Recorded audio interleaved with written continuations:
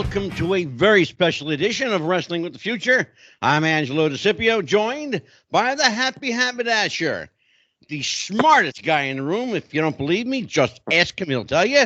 Dan, the man Sebastian. How you doing, brother? Good, Angelo. Well, you know what? We've always said this, Dan. When something happens on the show, when life gives you lemons, you make lemonade. So we had a guest scheduled tonight. We actually had two very special guests tonight. One is here. The other one is actually stuck in traffic. Our featured guest, Lou Bruno, will be back, the Meadowlands Monster. He will be back with us. But tonight, we have an icon, a mythical figure in pro wrestling, the legendary, the iconic, the Metal Maniac, my friend. Metal Maniac, don't mess up my name. The spirit, I'll squeeze your head like a pimple. I'll bust you up so bad you'd be calling for help to a Hawaiian seashell. So how you doing, Jeff?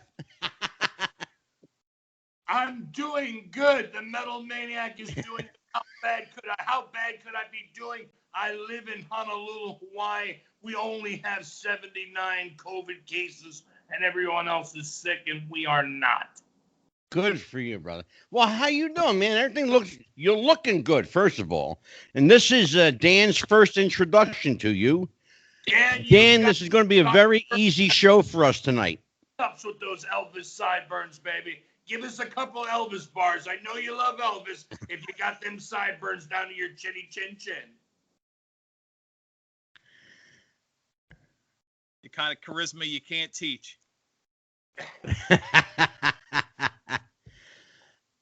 Jeff, I had Rico Costantino on. All I'm doing is sitting out in the sun and working out and just hanging out with the brothers on the beach and watching whatever wrestling, if you want to call it that, television, and seeing people trying to do things, and it's very difficult with no people in the audiences and yeah, we're going to talk about that too, brother. The last time you were on the show, and we actually, this is kind of a making good on our first show. Well, we told people that Metal Maniac would definitely be back, and he is. Not under the circumstances we wanted, but he is here nonetheless, and so we are going to make the best of it. The last time you were here, you complained to me. You said, bro, I didn't have enough time to tell stories. I want to tell stories. Listen, I got stories out the wazoo, but you got this guy and that guy, and an hour and a half goes by. You talk to me, brother. I can talk all day and never tell you the same story. I've been very fortunate. It's going to be a very easy show, Dan. I told you. I like it. All you got to do is say, how you doing? It's off to the races. And that's all you need to know, Dan. How you doing? And then we're off to the races. Now, the last time I spoke to you guys, I told you a funny story, and I'll just tell it very quickly, and then we can move on. You guys can ask questions. Go for it, brother. All right, so picture me. I'm young. I don't know jack. I just know I looked the part. I sounded the part. I couldn't work. If you put a gun in my mouth, I'd have been dead. So in the car to my right is Don Morocco. In the back is Jimmy Snuka. And I'm listening to them talk mouth shut driving the car. And you're coming from Philadelphia's airport. And if you make the wrong turn, you're committed to go over a bridge. It's like 1.5 miles. And you got a U-turn and come back. So I make a wrong turn and go all the way over, make a U-turn and come back. I get to that same spot like a shithead. I'm nervous. I'm trying to do the right thing. I make the wrong turn again. And I go all the way down and I make the U-turn and I come all the way back to that spot. I'm listening to them, not paying attention. And the next thing you know, I go for the wrong turn again. Jimmy says, no, turn it to the right. So I go to the right. And Morocco goes like this to Jimmy. Just like this. He goes, why did you tell him? We'd have drove all the way down and all the way back. He goes, bro, I just want to go back and get a shower already. Twice was enough. What a rib. That's Beautiful. guys could have had their 12-pack and just watched me drive all over Philadelphia like an idiot. You know, one of the things that we like to get into, especially with guys that've been around a while, when you were smartened up, and you were smartened up by some seasoned pros. But honest to God, it really wasn't. I mean, the parts that they knew I wasn't smart enough about, they purposely didn't tell me, so I'd learn on my own. Well, let's talk about that, because Dan and I actually had a conversation recently where we talked about the smarten up process and how it's different now than it used to be. You know, how a lot of guys aren't even smartened up. Guys in the business don't even know. Right. Well, first of all, to me, really smartening somebody up is telling them, listen, walk in, shake hands, sit down, and shut the fuck up. Exactly. Nobody told me that. Nobody told me that. I walked right into ECW locker room, walked right by everybody, walked right to Jimmy, never said hello to anybody. It took me a year to get that stink off of me because all the guys were like, who the hell is this guy? Yeah. Realized I was a good kid. The Pitbulls, they were friendly with Don Morocco, who I was friendly with. He didn't train friendly. He lived here, and he said, hey, kid, this is what you should do, pretty much. Go somewhere, do something, get out of here. Exactly. Back. So exactly. Pitbulls kind of helped me out, and they knew I was a good kid. And then they told all these other guys like Sandman and Johnny Hotbody and all those guys, you know, hey, Jeff's a good guy. Well, why did he walk by? I said, he don't know. He's totally green. He don't know. He's friends with these guys. Yeah. Friends with them, but they're letting him learn the hard way. Sure. And so that's, or here's another example. I see a lot of guys tying their wrestling boots and they tie a knot and then they have the strings hanging down. Well, the way you're supposed to do this is the very top, you go inverted. You go in, you tie the knot to the side, and then the excess tucked in and around. Yep. But if you're a top guy and you look across and you see a guy with his strings hanging down, you know the kid's as green as grass. Yeah. Exactly. And those are the kinds of things that really need to be told and smartened up about. I mean, look. Yeah. It really is, you know. I told this to a lot of young people. And it was told to me by Skandar Akbar. I got off the airplane and I was going to work in Texas. And he never met me before. He saw me with the picture in the face paint, but I had my hair up and I was covered up and I walked off the plane. And he comes up to me, Jeff. I said, yes, sir. How are you? Oh, Sabadi and Sabadu, let's get in the car. I said, how did you know it's me? Because I could tell from just the way you walk. I could tell from the way you walk. And so I tell these young guys, I said, you know, Triple H, he's going to be around a while. I was around when he first started at Kowalski's. And I can tell you, he could tell, like Akbar, if you can work, if you the way you walk, the way you tie your boots, the way you step into the ring through the ropes. Forget about what you do once you're in there. I'm talking about before that. They will know someone either taught you or you don't know shit. I'm going to tell you something, brother. Here was always the dead giveaway to me. When I always knew if a guy was green by one thing that he did not do. Not what he did not do. If I saw a kid step up onto the apron and go immediately into the ring, I knew he was green as grass. A pro will always wipe his feet first. He'll always... One of those things, you know, one of the many little things.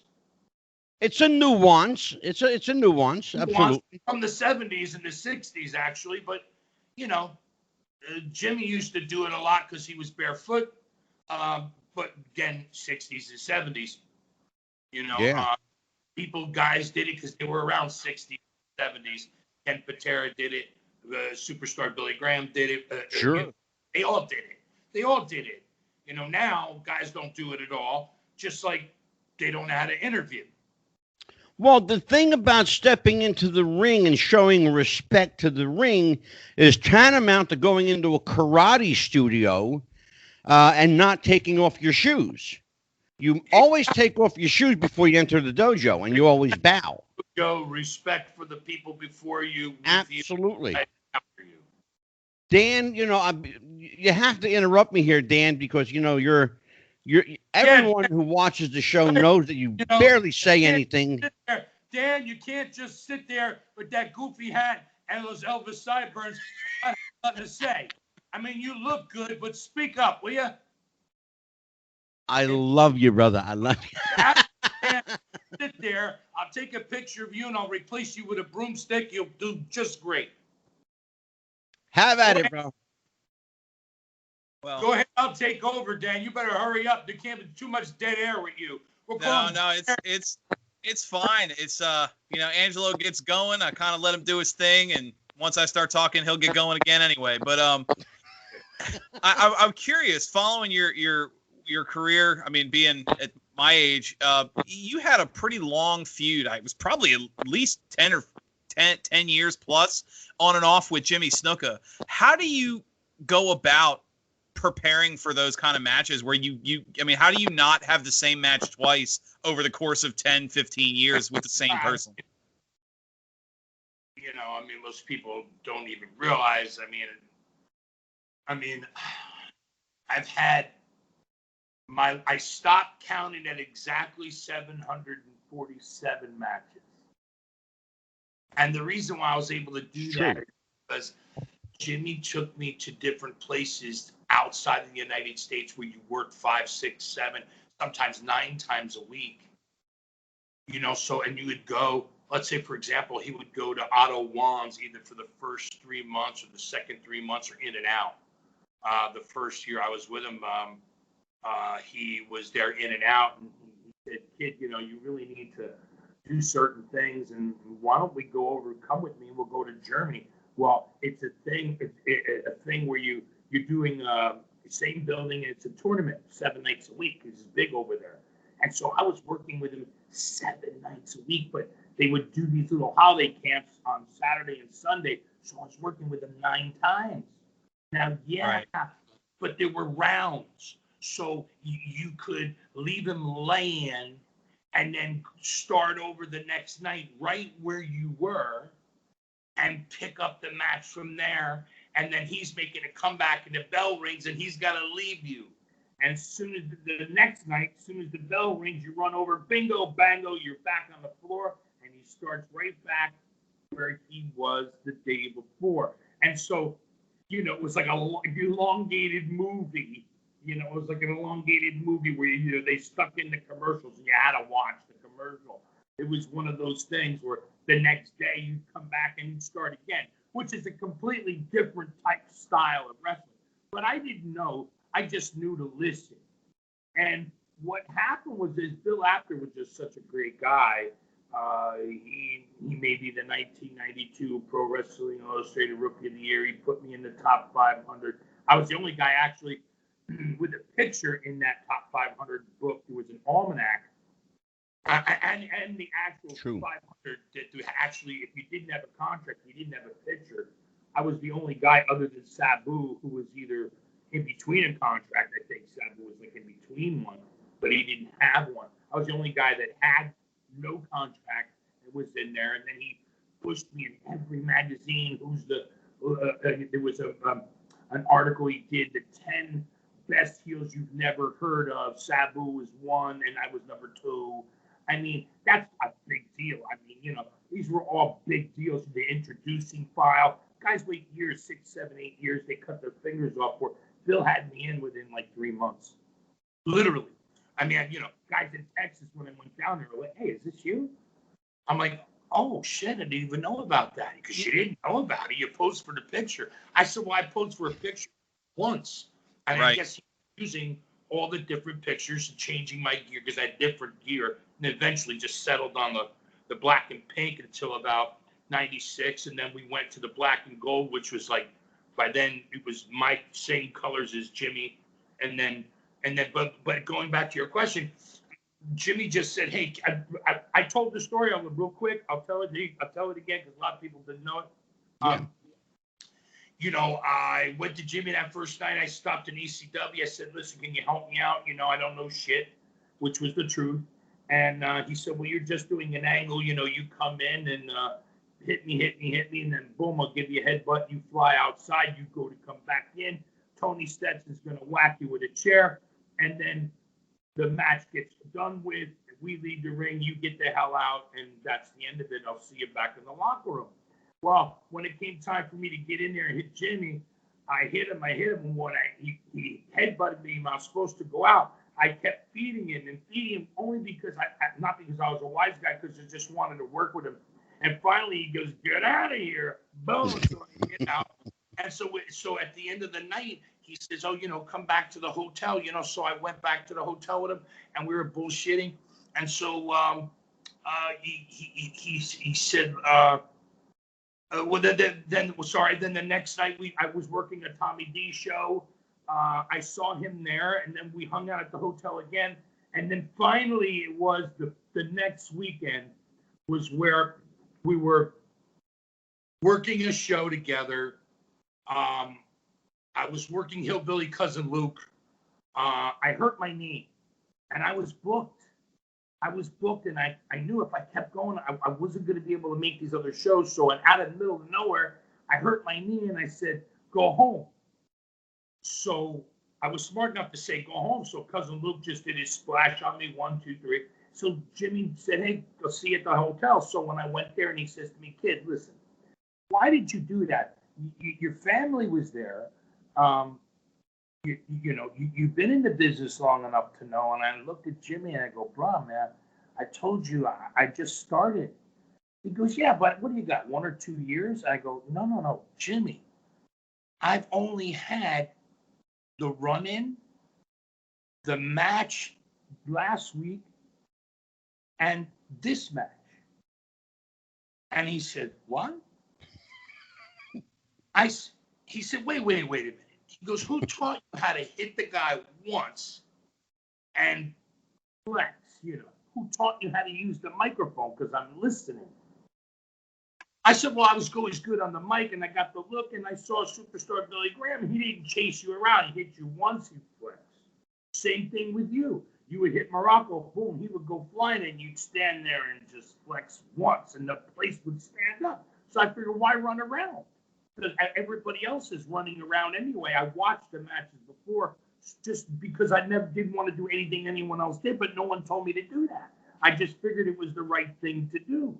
Coming from the entertainment business, you know, you play in a band, you don't want to play the same songs the other guys did, you know, on a band show, you know. So it ended up where I tell Jimmy, I don't know. And he's like, what? He goes, all right, look. I've been in the business 25, 26 years at this point. And he said, honest to God, man, I have never been fooled, and you fooled me. He said, because there wasn't enough. If you would have been out there 5 more minutes, I would have figured it out. But because you were only out there for 5 minutes, I didn't get a chance to figure it out. I just looked at what I saw and assumed you knew. Now that I know you really don't know shit, and you came from Hawaii, and you really are friends with King Curtis, you know who Morocco was, you knew who Steve Aoki was, because he's the guy who brought you there. You brought me all the lava and the thing and the slippers and the food from Hawaii. He goes, now I gotta help you. He gets on the phone. Jimmy's like Tarzan in New York. He was like Tarzan in New York. He don't dial phone numbers. He couldn't read, couldn't write. So he says, dial this number. I don't know who it was. Well, it turns out later on, I find out I'm calling Angelo Saboldi. And so I pick up the phone. Yeah, hello, sir. Yeah, my name's Jeff. I'm here with Superfly Jimmy Snuka. Can he talk to you for a minute, please? Okay, no problem. Hand the phone. Jimmy, this is me now imitating Jimmy. He goes, Saboldi. Oh, God. Listen, I got this kid going to drive me in, go to the gym, going to stay with me at the hotel, bring me to the show, put them on all 5 and put them on with me. All 5 with me. Okay, thank you. Bye-bye. Hangs up the phone and he looks at me and he goes, he's got the sunglasses on and he goes,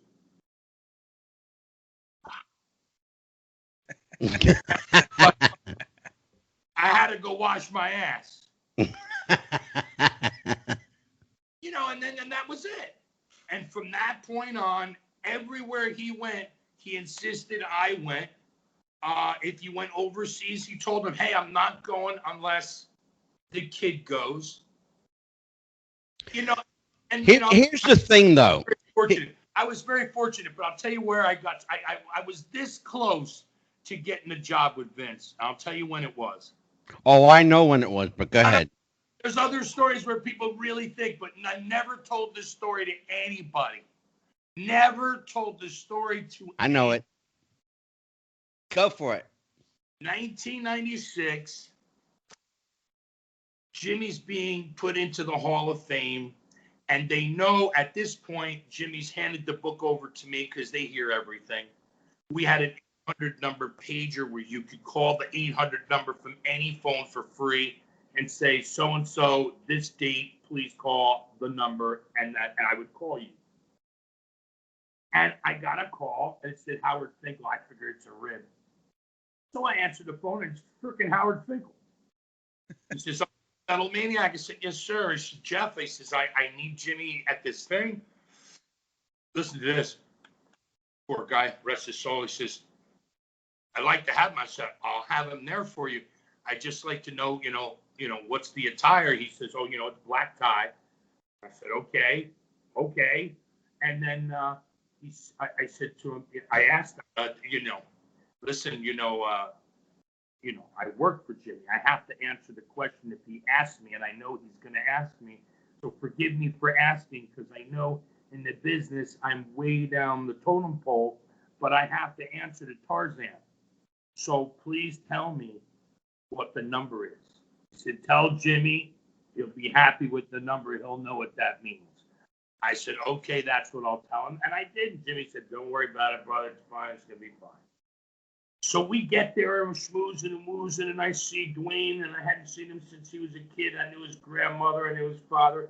I kind of know his mother, meeting him once or twice, but really, I knew his grandmother was very close to, very, very close to Liam. I was very, very, very close. If you met him and asked him how close we were, he would tell you they were very close. Yeah. So I saw him, and I hadn't seen him since he was little. I only met him once. But when I saw him, hey, Sonny, big hugs. He said, this white guy, it's a problem, friends with your grandma. You tell her you see, the Metal Maniac, and she'll tell you about me. Okay, fine, blah, blah, blah. Jimmy, they take Jimmy for some pictures, and I'm just standing around. And Vince McMahon walks right up to me with Pat Patterson. And he grabs my hand and he says to me, in Vince's voice, he says, I want to shake the hand of the man who got Jimmy Snuka to wear a matching outfit with the headband. And he gave me a big hug and he shook my hand and he had this biggest smile on his face. And I just said, well, you said black tie. He goes, when did that ever matter with Jimmy? I said, I told him he could not be put into the Hall of Fame without this gear. And so I had a place sponsor him and me, and they fitted us. And that's what he's got on his back. And he thanked me, and he just said, I've tried. I offered money. I did everything I could. I could never get him to do it. I figured I'm going to at least get a manager's position because I can talk, or an announcer's position. But that never happened. I wish somebody would hire me as a mic guy because I can talk and I know the business. Go ahead, Dan. Go ahead. Well, take over for the next hour and a half. Well, on that note, you mentioned you ended the story commenting on mic skills. The Angelo and I, we've talked a lot on the show about the promo and being how it's pretty much dead. How much obviously with everything being so heavily scripted to the point where, there's pictures you can find online of wrestlers with literally words written on their arms. Well, Dan, I have to interrupt you a minute, and I'm not accustomed to doing that. Oh man, interrupted. That's you are in the presence of a guy who was born with a microphone in his hand. You don't have to give the Metal Maniac anything but what time, what building, what city. That's it. Who am I fighting? That's it. He could take those 4 things and go 30, 40 minutes with it if you let him. Well, that was actually what I was going to lead to. I've seen him do it. True. Oh, bro, you have to share with you have to share with Dan, and this is a classic story, Dan. Okay. You have to share with him the kid that you worked who had his mom in the audience with him. Okay. Well, there were a couple of them, but I know the one. I think this one was on the island. Oh no! It wasn't here, but it wasn't here. It was in New York. It was in New York, upstate New York area, and what happened was he told me his mom was out there, and I said, listen, I don't know nothing about the kid at all. I don't know anything about him at all. And I just said to him, listen, just listen. Do exactly what I tell you to do. I'm going to tell you the beginning. I'm going to tell you the end. I'm not going to tell you shit ass else. I'm going to set you up on the microphone so when you come out, you take that energy that you're going to hear, because these people, they don't really kind of know you, but it wouldn't matter if you were a 7-legged midget with 3 eyes and 4 boobs on your back. They are going to cheer for you when I get through with them. I said, and I'm going to hand you the ball. You have to make sure you cheer every single person's hand.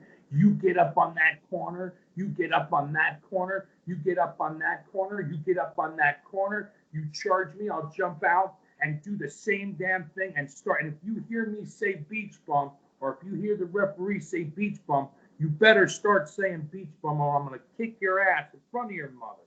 But if you listen and do these things, don't worry about anything else.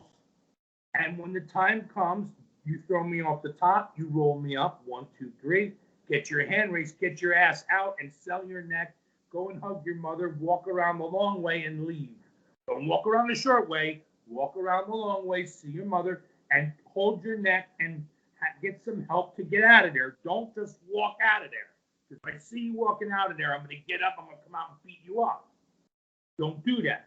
I said, but if you do those little things and don't worry about nothing else. Now, meantime, I don't know. This kid has only had a handful of matches anyway. I don't know. So, I get on, I go out there, I do my, my look and everything. So by the time they know, just from the way I walk, I'm the heel. They already know I'm the heel. Just from the way I walk, I stop and so by the time I actually do grab the microphone, I have something to say anyway. And in my mind, I don't know the kid. I said he's a boxing champion. I said he's an amateur wrestling champion. He's going to college right now. He's in his division. He's a division champion, and now he will become a professional wrestler. I asked him in the back, what do you do? He says, I like to box a little bit. And he does some boxing too, for what I understand. And I put him over, and then I said, and if you think you are going to use the Metal Maniac to put yourself over in this business using me as a stepping stone, I am going to beat you. I'm going to beat you up, and your mother's right here in the front row, and I'm going to take you out there, and I'm going to beat you up right in front of her too. Now, by the time, it's not exactly what I said, but I'm just giving you a little bit of the schmooze. And now he comes out and he runs with the ball. He runs with the ball because I got them annoyed. I got them where I wanted them for him. I hand off to him. He's supposed to run with the ball as far as he can without getting tackled. He runs, he does the whole thing, comes up in the corners and everything else. I tell the referee, go over there, tell him, come get me. I'm going to jump out. He does. And he's told him, get back up on the corners. He does. And I yelled to the referee, come here, beach bum, go tell him. And I'm walking around, shut up. Here, suddenly I hear beach bum, beach bum, beach bum. And he's getting the place going. That's all he had to do. From there, I went in, stayed on him, got a hold, called a few hope spots. It was time to go. I gave him a Samoan headbutt. I went to the top. He slammed me off the top. He schoolboyed me 1, 2, 3. Got his hand raised. Got the referee out there to help him around. He went to his mother. He went the long way and went in the back. He's waiting outside for me. And he said, I get outside. And I said, how was it? Did you have fun? He goes, man, that was the most fun I've ever had. Look. He says, look at my arm. I said, what? He goes, I haven't even sweated. I didn't do anything. I said, that is what our business is about. He says, but why I can't have matches like that with other guys? I said, because other guys don't know shit. I said, have you ever Exactly. have you ever seen a blind seeing eye dog take a blind guy across the street? No. I said, there's a reason for that. I'm not a wrestler. You know that. I've told you that. And brother, if you and your Elvis Cyborg, I'm not a wrestler. I'm a gimmick. I'm a gimmick. Exactly. I don't do things I can't do. I don't do things I wasn't built to do. I just do what I can do and stick with what I can do. And that's the difference between then. But this is the thing, Angelo. It took me, I think, maybe 6 years to actually understand what I was hearing from the people. I could hear people, but it was just making my heart rate go up. I couldn't relax until Jimmy forced me to relax. Then, you know what? You said something really important. You're really honed in on something important, and it's the time frame, that 5-6 year period. We got guys, a lot of people who watch this show. A big part of our audience are young workers, guys that have 2, 3, 4 years in, 5 years, somewhere around there, right? Yeah. It seems that magic moment, that 5-year mark, that 6-year mark, it's almost like if they don't accomplish something by that 5 or 6 year mark, they're ready to either leave the business or go the total opposite and go balls to the walls to get themselves over in this infinitesimal time frame. You can't explain to people. Well, look, the first psychology and the patience. A lot of the young guys I met, I told them, about psychology, and they said old school is dead. And so the reason that you're seeing what you're seeing in the business and hearing what you're hearing is because, and you see the ratings, is because they believe that that's true.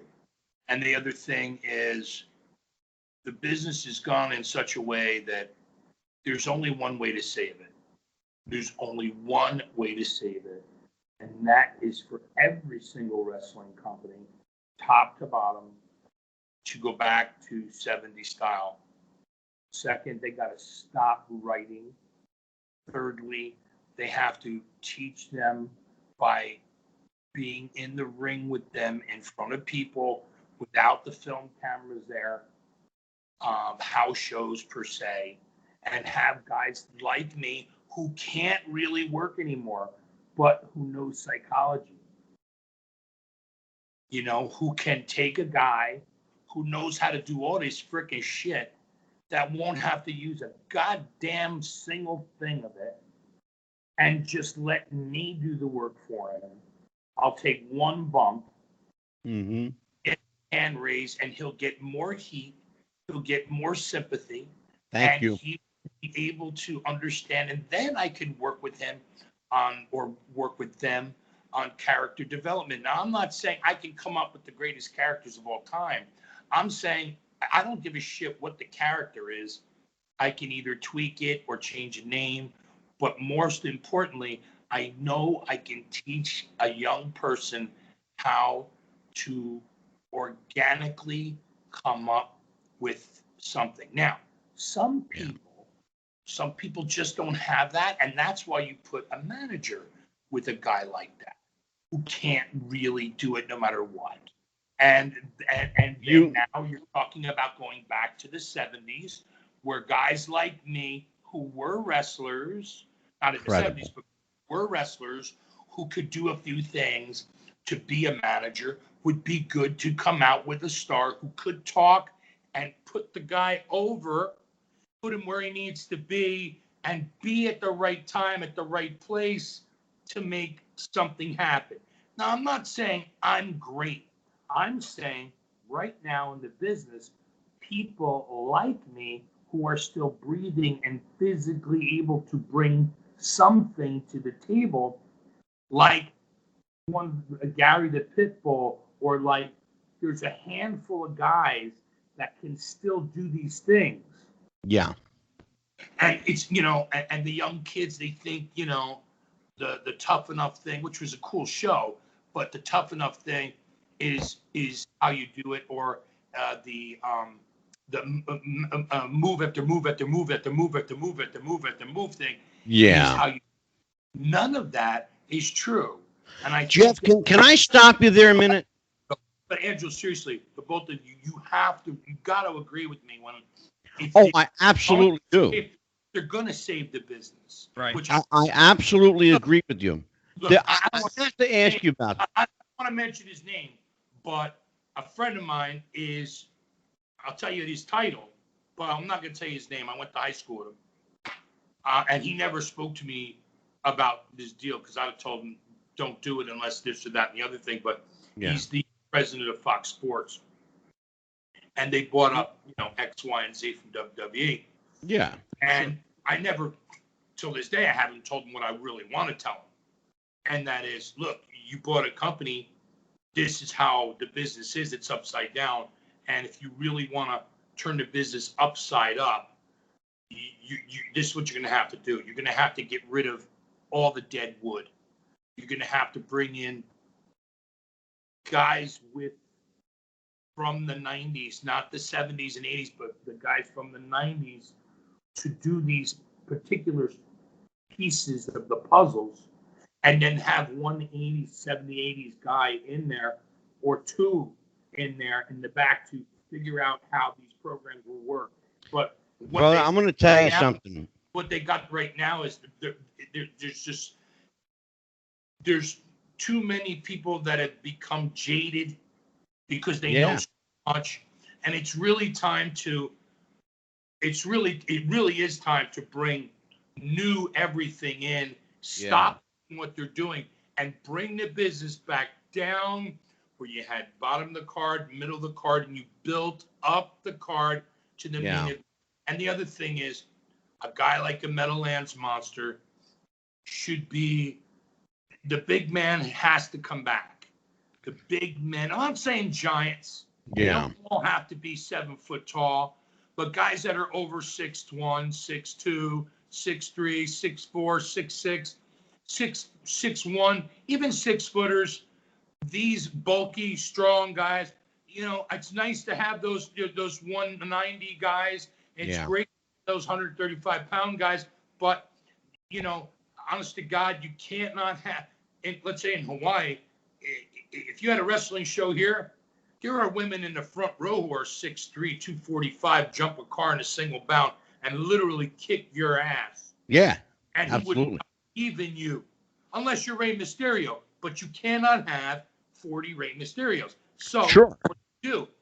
Well, let's talk about something. I have to. It is different freaks.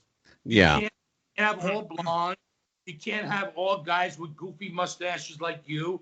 You can't have all guys with goofy hats and goofy sideburns like him. And you can't have guys with mullets where the 70s are calling back my hair. Exactly. Well, let me. You put us all together. We look different. Yeah, it's like talking to you, Angelo. No, but I'm saying we know- look. No, but I'm saying we look different. There's different freaks. Yeah. He's a freak. You're a freak. But we're different. We don't all.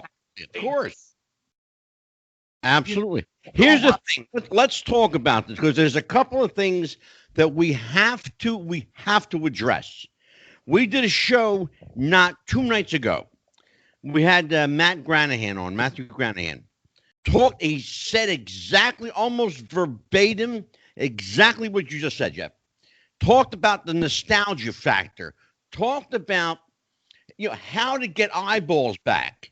You bring in that nostalgia factor. Dan, open this up here. Let's talk about how we talked about wrestling, boxing, MMA, all these dying genres that what do they all need to kickstart them? They need that familiar face. Right. There are no familiar faces around. Yep, that's the biggest problem. The biggest problem with the current product is they don't build stars. They build cookie cutter characters, and that's actually something I was going to ask you about, Jeff. Was you talked about playing a character? You can play a character well, or you can do what they do today, where they play a very specific character. They have the same 10-minute match every night. And if anything happens where they have to change, it's 2 guys in the ring with deer in the headlights because they can't adapt. So that was like you said, and that's something I think, and we talked about the other day, is you need somebody to take the talent that's there and teach them just ad-libbing and adapting. If you could do that, the problem is everything today looks so scripted and so worked and so it's fake. Cookie cutter, Dan. We talked about it. It's all exactly. Cookie cutter. It's not a wrestling match. It's a stunt show. The punches don't look real. The kicks don't look real. The moves are clearly 2 guys working together. Oh my and God! if you could get somebody, like Jeff was saying, somebody who could come in and look. It's supposed to look like this. It's supposed to sound like this. Just give them a microphone and tell them you got 5 minutes. Go say something. Dan, let me ask you a question, promo, Dan. you're fired. Right, 5 minutes, but 30 seconds is even harder because you got to get who, what, when, where, why, how, and you got to get yourself over and your opponent over. So it's even harder with 30 seconds. But but Jeff, I got to stop you. Hold on a minute. The answer's just it's not just one thing. It's a collection.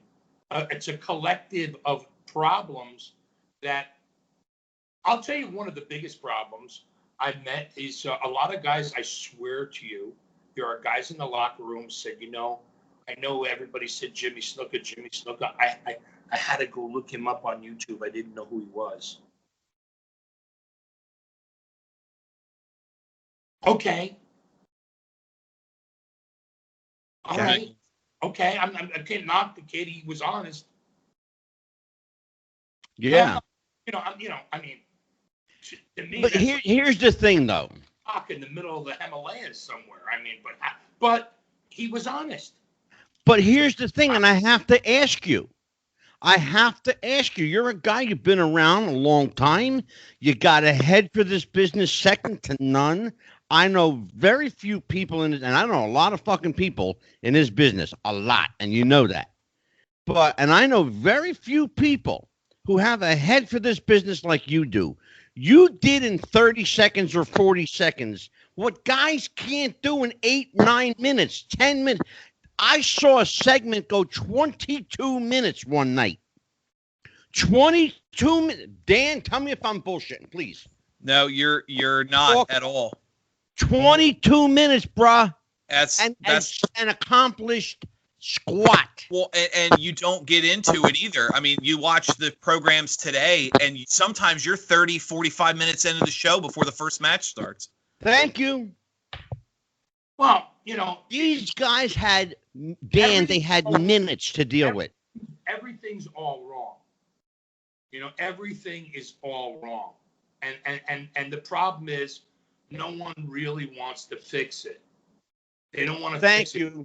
They're to fix order to fix it. Finally. And I Right. got to stop Right it. now, Because finally, right- somebody gave us an honest answer. right now, with the COVID, I would have used the COVID to shut the business down. I would have used the COVID to put on matches these kids never saw in the 70s and the 80s and the 90s and teach them.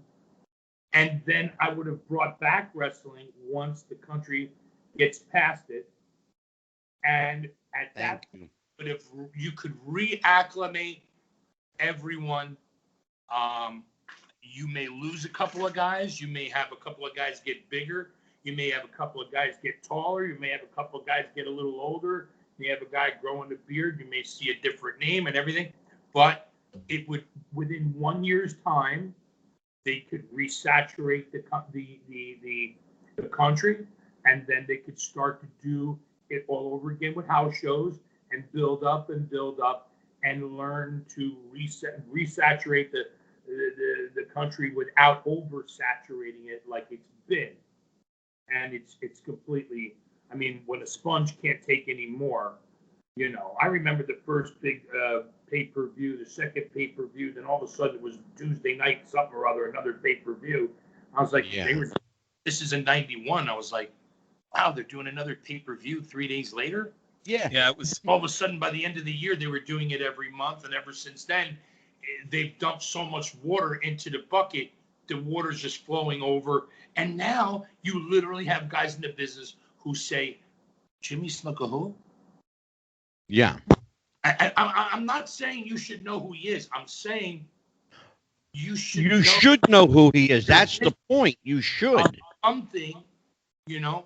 Now, there's guys in the business, I think, who have great minds but need to take a break. That's a perfect segue. Who need to take a break.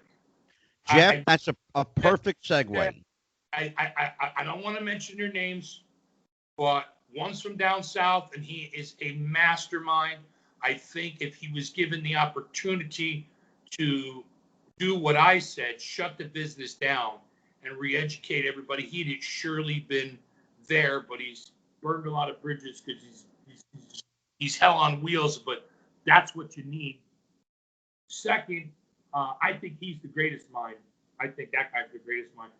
Another mind had been in Hawaii for years, went all over the world, but I think that, you know, with all the years he's put in, you become jaded. So, and there's nothing wrong with that. There's just comes a time where you have to say, I'm jaded, and I know I'm jaded, and I've had a run. Yeah. You know, I've had a run. Maybe I can be an advanced man. Maybe I can help with promos. Maybe I can help with this guy with his suits and teach him how to talk, something like that. But being in the programming and the booking, you would probably need to remove that person from the booking. And then even though he's great, you know, I can do this, I can do that. It's the same things he was doing, and now you're just rehashing. Although music, everything is rehashing, but there comes the limit to how much this sponge will take.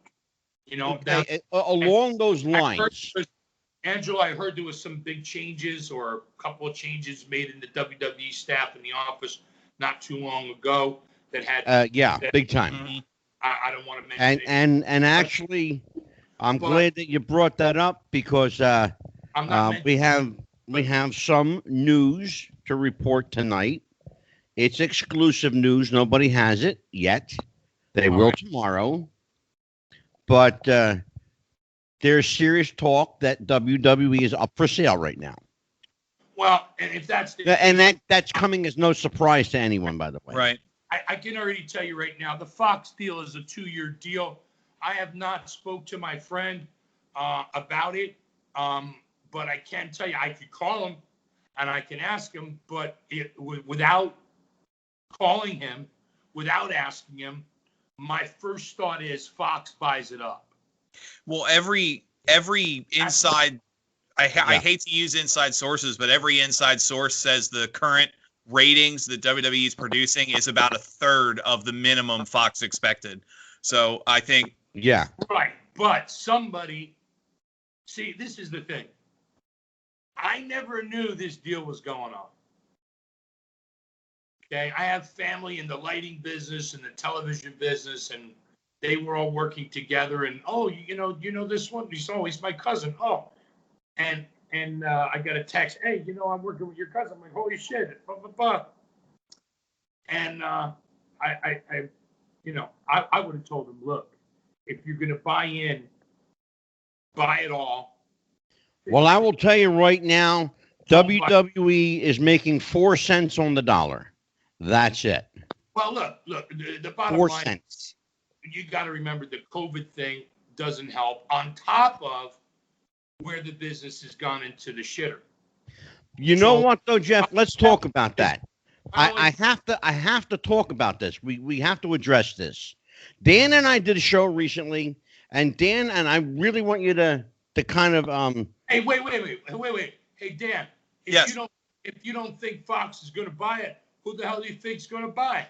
No, I actually agree with you. I think it's in Fox's best interest to buy it. I mean, even the let's say the 1.3 million that SmackDown's averaging is still higher than a lot of the crap that's on TV today.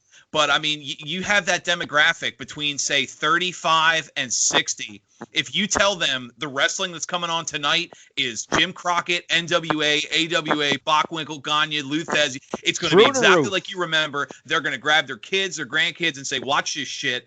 And those fans are going to come back. There is nothing on TV today that's going to get them. And I think Fox has the money to reach out to those people.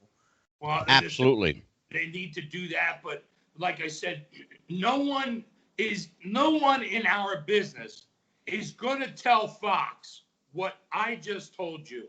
Right. Because that's the problem. Because there's much more an investment there than just buying the company. Right. Absolutely. Buy the company. Of course.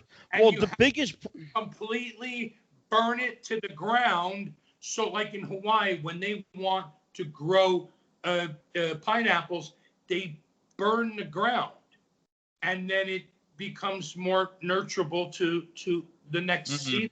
Sure.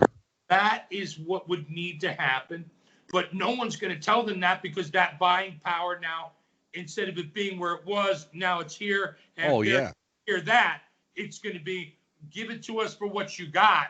Right. Yeah. It's in the shitter. But, like I said, I never had the conversation with my I should actually call him, but the fact of the matter is, if he knows I'm in the business, if he hasn't called me to say, what do you think? He's crazy. Jeff, Dan and I had a conversation. Dan and I both agree, and I got to have your input on this. I have to. Dan and I both agree that wrestling died when wrestling characters died and wrestling stars died. You knew who Hulk Hogan was. You knew he was a wrestler. It didn't matter what company he worked for. You knew he was a wrestler. Dwayne "The Rock" Johnson. You knew he was a wrestler. Steve Austin, Bruno, Superstar Billy Graham. I can go on. Killer Kowalski. All right. You knew who these guys were. They had name value. When the company became bigger than the star, pro wrestling took a header. It never recovered. That's our opinion. Say you what to this? Well, I can tell you for sure, Jimmy didn't help in that regard. Jimmy was the first guy to really, Bruno started it, but only a little bit. But Jimmy was unhappy with his money several times. Didn't go to the buildings. Put Vince in a squeeze to get the money he was promised, not to get any more than what he was promised. Jeff, did you hear the story that I told on the show about the? Let me finish with you, and then Hulk Hogan did that a little bit, not a lot, little bit, and then the Warrior really did it. But Vince McMahon's own words were, "I cannot rely on one individual. I have to rely on a team of guys. So no matter who doesn't show, I can. Yeah.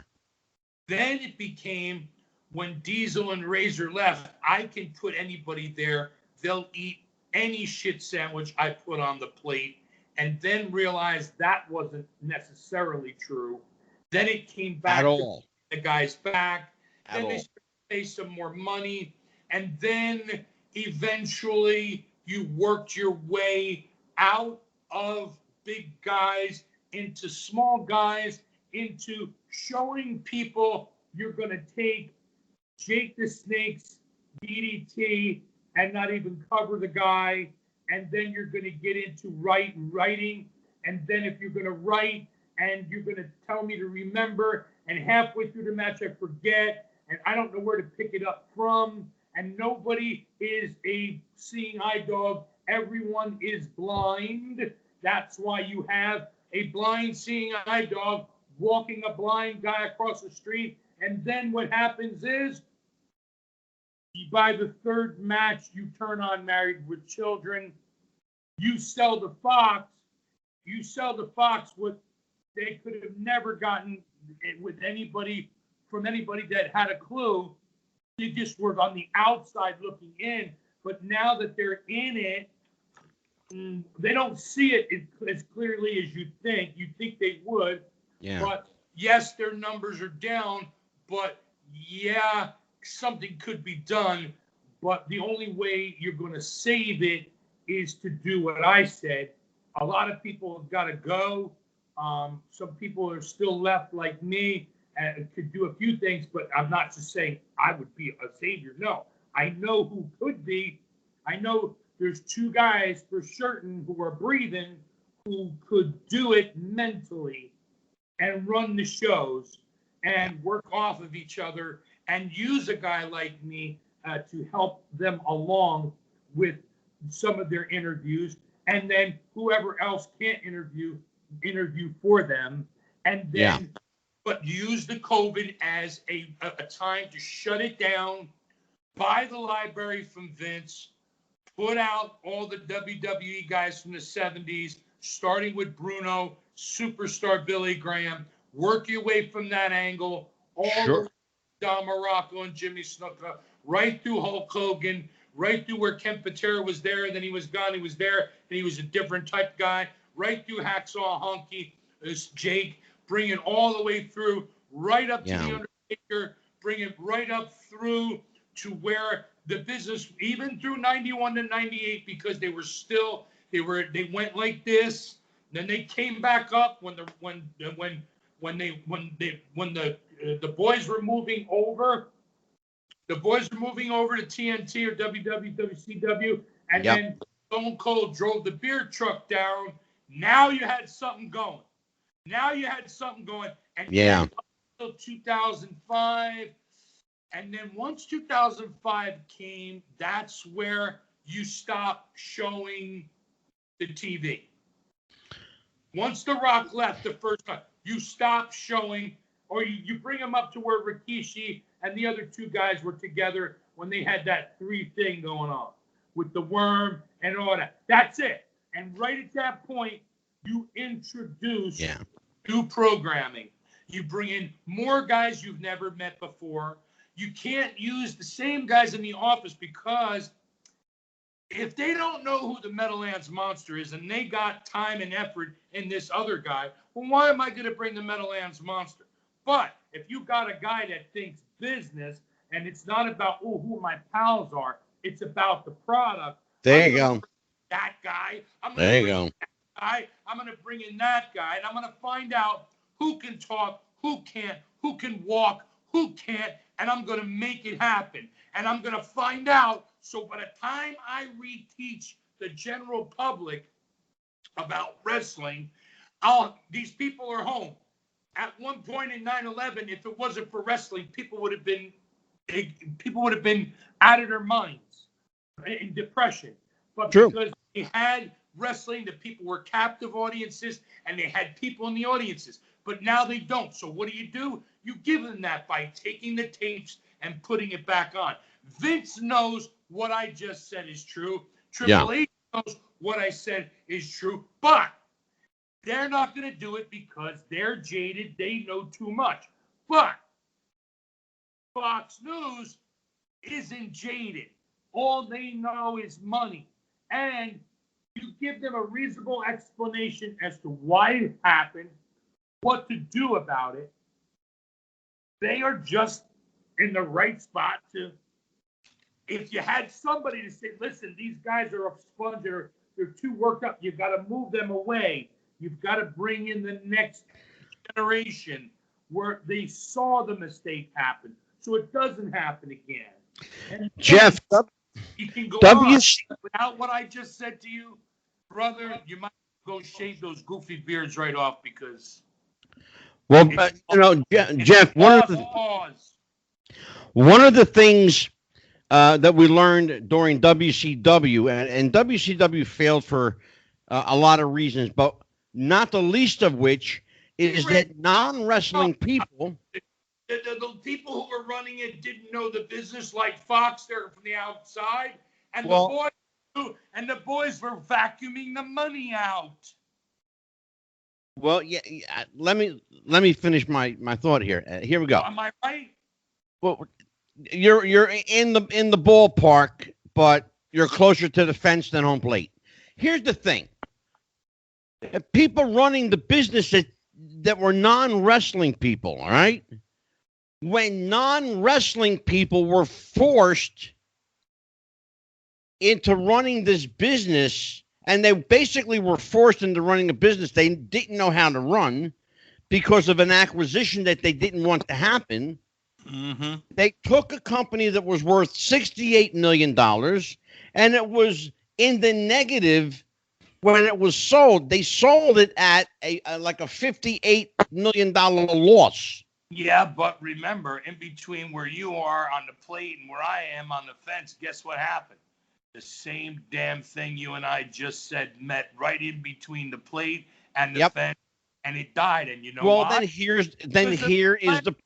All the players in the business killed it. It wasn't the people outside the business. The people outside the business. Well, then that's exactly. They had big ideas, but it wasn't them. That's my question to you. Here's my question though. Listen to me. Here's the problem that we faced. It was non-wrestling people that killed the business. Now it's wrestling people killing the business. Is it time now? Is it time now for a fresh set of eyeballs? Well, the end result is exactly what you just said. It's a fresh set of eyeballs, but you say tomato, I say tomato. But Dan, you're the ref here. Where did they come from? The end result is identical, but getting there, it's tomato. It's the same. So here's my question: how do we get there? How do we get there? I gave you the key. I gave you the key of everything. You're gonna buy WWF. You buy it all. You buy their whole network, their whole everything, and you have people like us to go through, me or Gary or people like that who are willing to work hard, make a living doing it, and put on all of the old wrestling and build up and the key. All the people during this COVID thing, and it's going to be around for a while, even after November. It'll eventually work its way out, but you have several months to put a bunch of stuff that's already edited and in the can, just needs to be aired. That's all. And start reteaching these young people who these guys were and show them the business.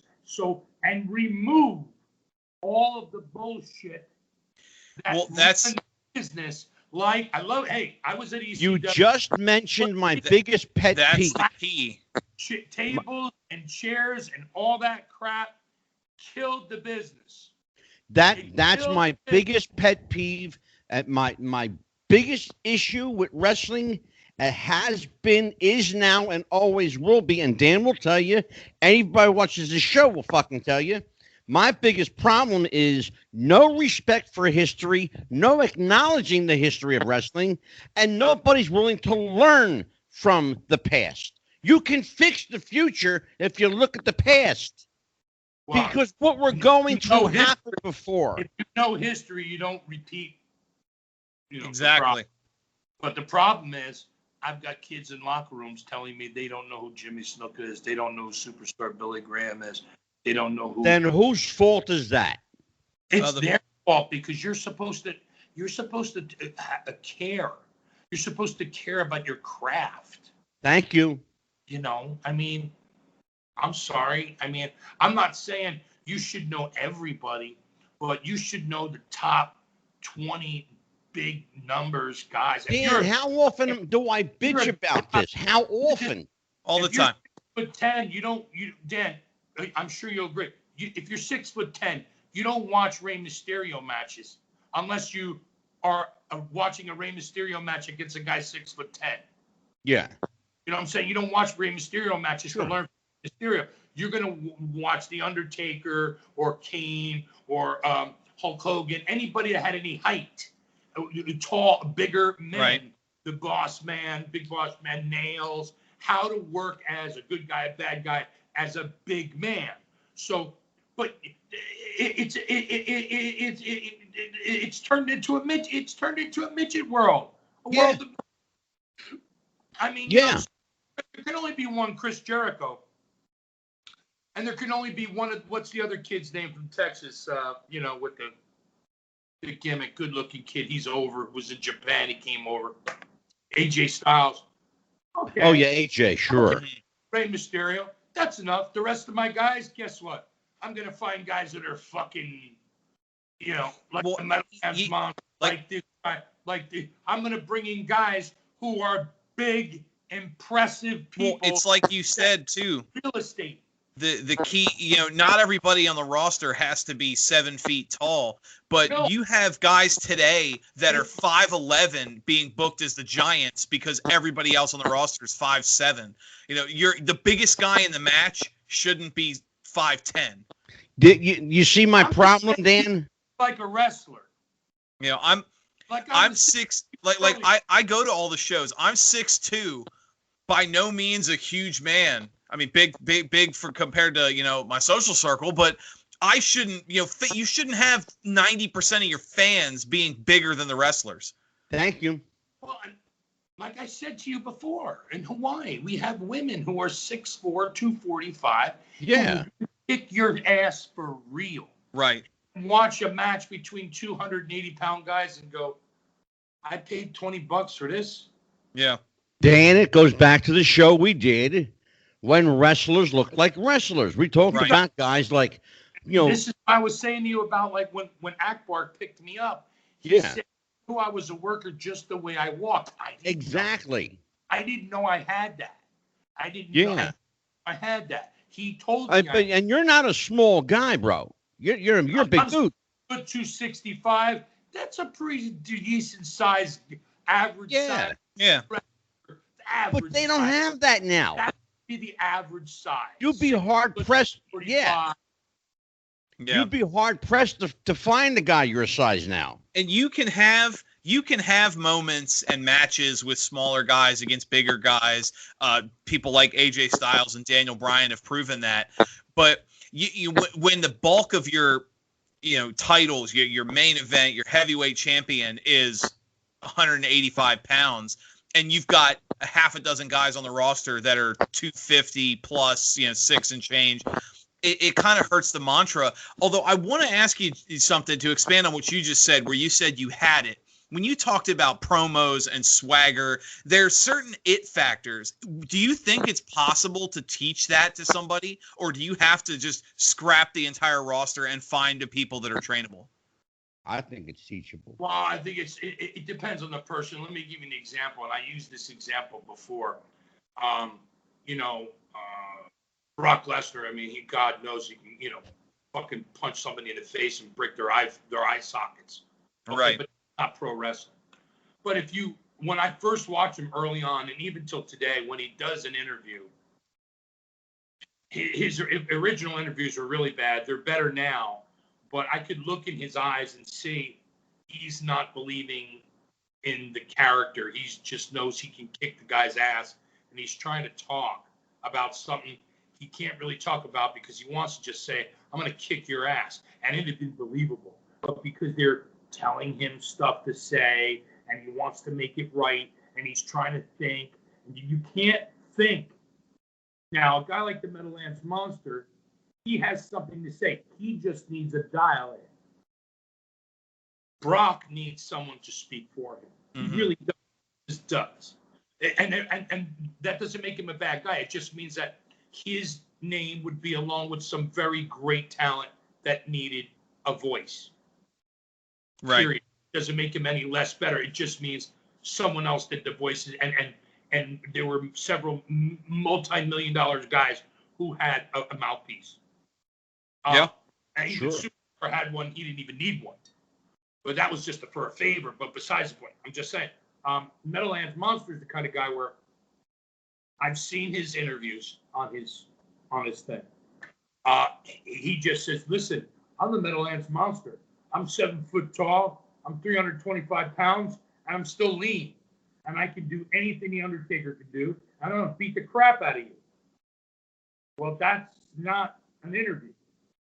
An interview, if I'm the Meadowlands Monster, I'm going to say, hey, Metal Maniac, I know you had 747 matches with Jimmy Superfly Snuka. I know that you have been at the top of the independent scene when the independent scene was the independent scene. I know that you were 1992 Rookie of the Year. I know you were in every magazine when there was the magazine days. When it was the magazine days. But you are not dealing with guys from the magazine days. You are dealing with me, the Meadowlands Monster, 7 foot tall. And I will stick my size 17 down your throat. And no matter what you know, I will make you pay. That's a promo. Okay. Now, I could teach him to do that. But first thing was he had to put me over and then say, yeah, but I'm the Meadowlands Monster. I'm 7 foot. I'm 325 pounds, and I'm lean. And I got a size 17, and I promise you, I will beat you, and I will beat you badly. You better have your insurance paid up. And walk away, or just have a look. Or that took him all of 30 seconds, okay? Right. Yep. But what I'm saying is I could give him that. I could help him nurture that. Have him stand in front of the mirror and say, look, you see how you look great here, but if you turn this way, you look too lean because you're tall. Don't turn that way. Turn this way. Always make sure you know where your Achilles heel is. You got to work the camera. David Lee Roth from Van Halen was the guy I figured this out. I thought I figured it out with Superstar, but I realized later I had seen an interview with David Lee Roth, and he said, because I struck poses in the mirror, I could strike a pose and know what I looked like without having to look in the mirror first because I knew what I looked like. So when the cameras were there, I could strike this pose and 1,000 cameras could take the picture I wanted them to take. And I could teach that to a guy like Lou Bruno. But a guy like Brock Lesnar, he's just doesn't, he's,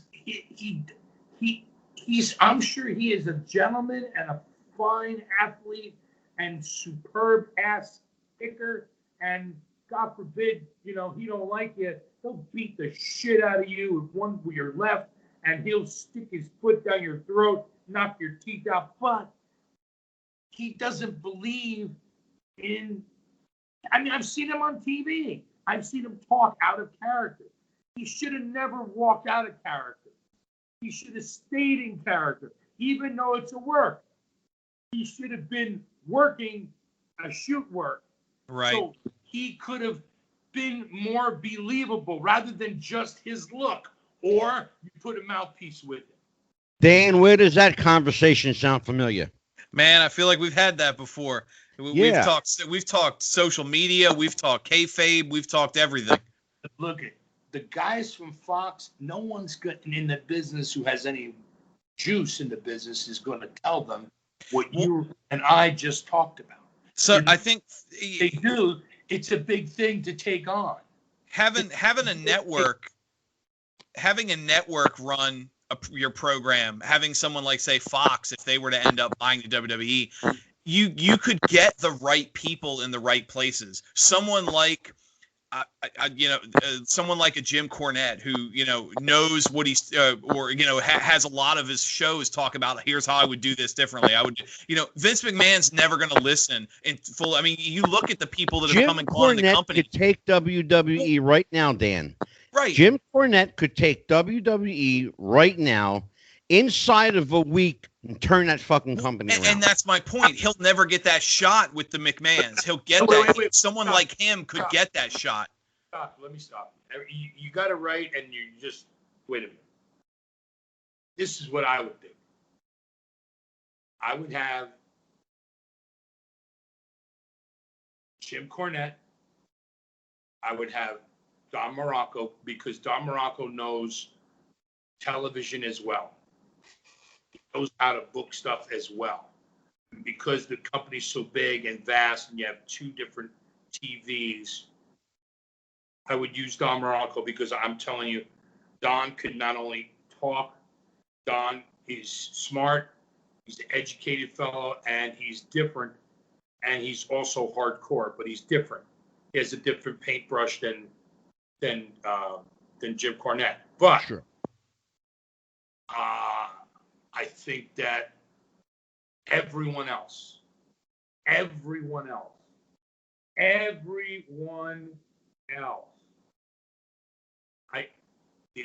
could possibly very well be friends with me. I love them dearly. I'm not going to mention people by name. Everyone else has to go. Everybody. Absolutely. And I would be extremely careful of anyone carrying over past those two from the 70s to be in a booking situation. Right. Not even as an agent. Because then that bleeds through.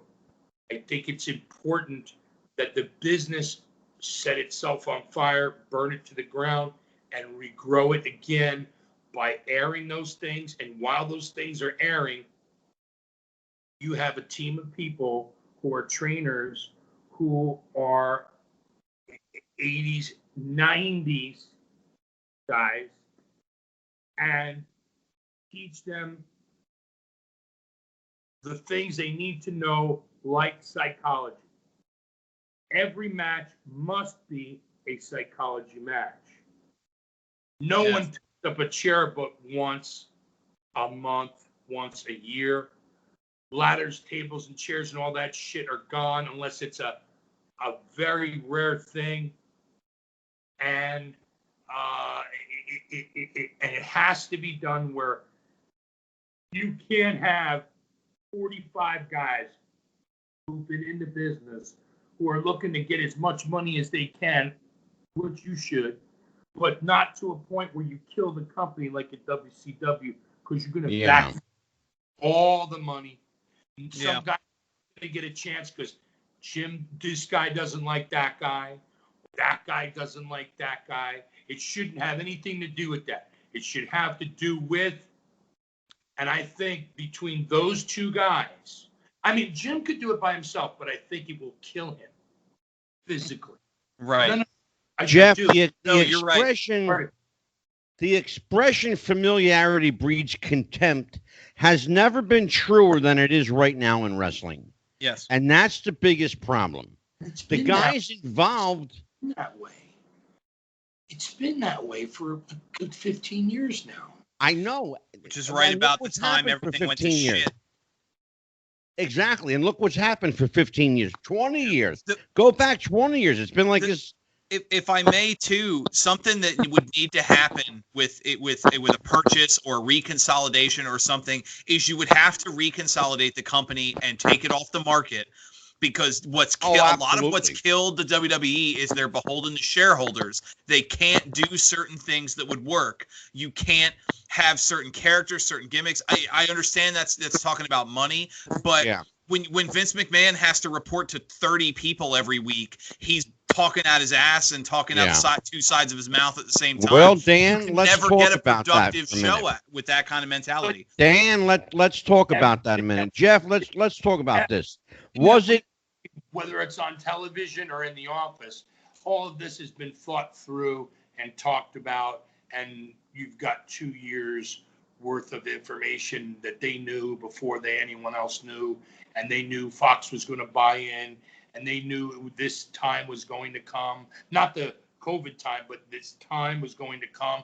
But when COVID hit, I would have immediately, as soon as it hit, I would have immediately turned around and either said, I would have said to Fox, look, I'll sell it all to you, but you're going to have to redo everything. Take this, do that. We're burnt out, but you're not. You're fresh. You're you know what, Jeff? If they had stopped production, shut the company down during this time, they still would not have lost as much money as they're losing right now. They're bleeding money out the ass. Well, that's actually, if I can, that's actually something that's, I don't want to say hurting, but for lack of a better term, it is hurting, because with the WWE owning their own buildings, their last quarter, they actually turned a profit because they're not paying anyone. They're laying off wrestlers. They're using a skeleton crew that's already under contract, and they own everything. But which is what's killing the idea is you look at like Fox is paying them $200 million a year for SmackDown. Listen to my words, Dan. Hear me a minute. Hang on. Let me finish this hear thought. me out. Oh, hear me out. Okay, It's like hitting the lottery on your deathbed.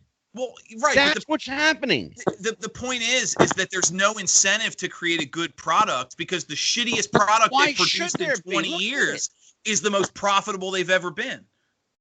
Well, why should there be any incentive? Nobody gives a shit. You're saying profitable as it's been not since forever. No, since the recent past, but the recent past isn't saying much. Well, what I'm saying is exactly. you have superstars putting in 6 million, 8 million viewers a week, and the company's barely scraping by in the 90s. You have 700,000 people watching SmackDown, and you're making $20 million. Like, there's no incentive, because there's certain things that you have to. I hate to say it, but you got to kind of hit them in the wallet first, make them realize we're done, then change it. Dan, you're a numbers guy, right? Of course. Okay. Think about this. There's no pay-per-view. Mm-hmm. There are no house shows. House shows have died a slow, horrible death. Yes. Pay-per-views have gotten so expensive, you can't cover the cost of running them anymore. Right. No one at home is going to pay $85 to sit home and watch a television wrestling match when they can go see a live show for $60. Right now, on average. Right now, they can't go anywhere. But I wouldn't have pay-per-views with what is now. I would have used this COVID time, and there's still several months to do it. And I think it'll be probably 6 months to a year before it's completely off of our radar completely. Oh, at least a year. I'm with you on that, Jeff. Absolutely. At least a year. Take the year, and starting right now, I mean, like today, if they were to say, okay, this is what we're going to do, get rid of the shareholders, pay them off, get fucking rid of them, let's put all these, you have to. You have to. Oh, my God, yeah. If you're going to do this with wrestling, you need to be in it for 20 years. You're not in it for 2. So the death knell for that company. Might as well sell it and get out. But if you're in it for 20 and Vince is done, and you've been told by somebody like me or from them directly, you're going to need to burn it to the ground and bring it back up again. We're too old. We're too burnt out. You're not.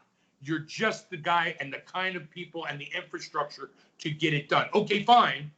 Knowing that this is a 20-year proposition, you're not going to make money till 5 years. You have all the other businesses floating it, and you have to make that commitment. If you're willing to do that, I take these 2 guys, I bring in these other guys to help with these talents.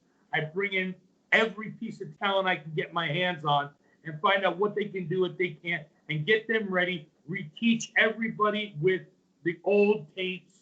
So by the time you have a live event, you can eventually start to show a TV show that's of the stars you have now and have a good storyline and take one more year to recreate your stars. And then after the 2 years is over, then you can start with a house show once a month in this area and once a month in that area and go back to the original thing and help. Fox should help every single solitary one of the small independent companies. So that would be the training ground for these guys. And then you can have your own training ground. So they go from, let's say they go from, Gino Caruso's guys that are working twice a week, 3 times a week, twice a week, every week, which is a lot for a wrestler in an area. Oh, God, sure. And then take them and then bring them to, let's say, a Memphis-style thing where they do have 5 or 6 shows lined up because they have a current little show there and work it that way. And they pay their dues. And then finally they get to come to WWE. And then they do dark matches. And then they start working with house shows that you've created. Because by that time... Exactly. That's year 3 now. That's year, boys, you're talking year 3 to 4. By 5 years, you have new established talent. You've established everything's brand new. The seeds it was burnt to the ground. The seeds have come up. And probably a guy like Don, at that point, he'd be in his mid-70s by then. And probably Jim Cornette, I would say if he's probably 60, I don't know how old he is. I'm 57, so I'm going to say he's 63. No, he's actually 58. How much? He's 58. Well, if he's 58, God bless him. He's been through a lot. Yeah, he's 58. So he's 58. I thought I had a lot of miles. All right, so he's 58. So he'll be 64. Yeah. He's 4 years younger than I am. He'll be 64 by the time he'll be able to walk away and say, okay, I did what I came to do. I was allowed to come and do it. Exactly. That's the thing, Jeff. You just put your finger on it. Do Don's job. And you just put your finger on it. Dan and I actually talked about this, about these. We just talked about it the other night, about these guys having their hands tied. Yep. That they're not being allowed to do what they know how to do. Dan, we've been talking about WWE for the last few minutes. Let's talk about some of the other companies that are dealing with the same issue. Yep. AEW, they got a billionaire owner, young guy in this case. What's the owner's name? Tony Khan. Tony Khan. Now you got on the one hand, here you go. You got a 75-year-old billionaire who's losing touch. You got a 36-year-old billionaire that's got endless pockets. Who's that? And apparently he's just like Tony Khan's father owns the Jacksonville Jaguars. Yeah, exactly. That's where football team. Tony Khan owns AEW. All right, so the junior owns AEW. Yes. Exactly. Yeah. Yeah, he took daddy's money and bought a wrestling company. Yeah, he bought his kid a wrestling company. Basically. But they own a football team. They own their own stadium. Yeah, which is why they've been able to do the shows. They own their own arenas. Yep. But here's another company, Jeff. They're bleeding money out the sides. Dan, walk me through this. How does a company like AEW? Hang on. I was just about to say something. Jeff, go ahead. No, go ahead. I was gonna. You and I. I bet you and I are right about to say the same damn thing. But go ahead. Well, no. The thing is, you're hemorrhaging money because you're producing a lackluster product. I mentioned on the show the other day, and just this week the numbers came out today. AEW beat NXT head to head with less than 800,000 viewers. That was the think about that. 700 and change thousand won the week. You had a small territory anywhere, Memphis, any of these territories that didn't have any kind of national audience whatsoever, and you were pulling in 3 to 5 million people every show and 30 to 60,000 people at your arena shows, you had a product that works. And the problem is you have so much money being thrown around at crap. You have to really, our guest is a great example. You have talent you could go get and pay them what they're worth, or you can pay some bum, nobody who's not drawing a fucking cent $20 million a year. Exactly.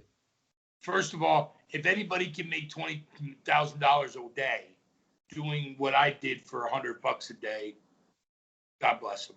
Right. But if you have billions of dollars, if you don't spend it, you're going to be giving it to the government. So, Daddy said, look, we got to spend some money somewhere. Why don't we do this? We can't do it another way. We can do it because Vince can't go into our arenas and say, I won't bring my event here and use that as a lever to keep you out. So they were do that. But here's another thing where you have guys from the outside coming in the business who are surrounded by people who just want to vacuum the money out because they know this will end, instead of someone who could actually help them recreate something that's been missing. They could buy, if it was me, I'd go and buy IWCCW tapes. I'd go buy whatever I could buy that was available to buy. I'd shut it down. I'd bring everybody together that was worth having and put them on like $500 a week just to keep guys from going anywhere. Work a job, but I'll still give you $500 a week. Just don't go to Vince. We're gonna do this. We're gonna burn the place down and rebuild it, like we do in Hawaii when we go to plant to make the soil fertile. But at this point,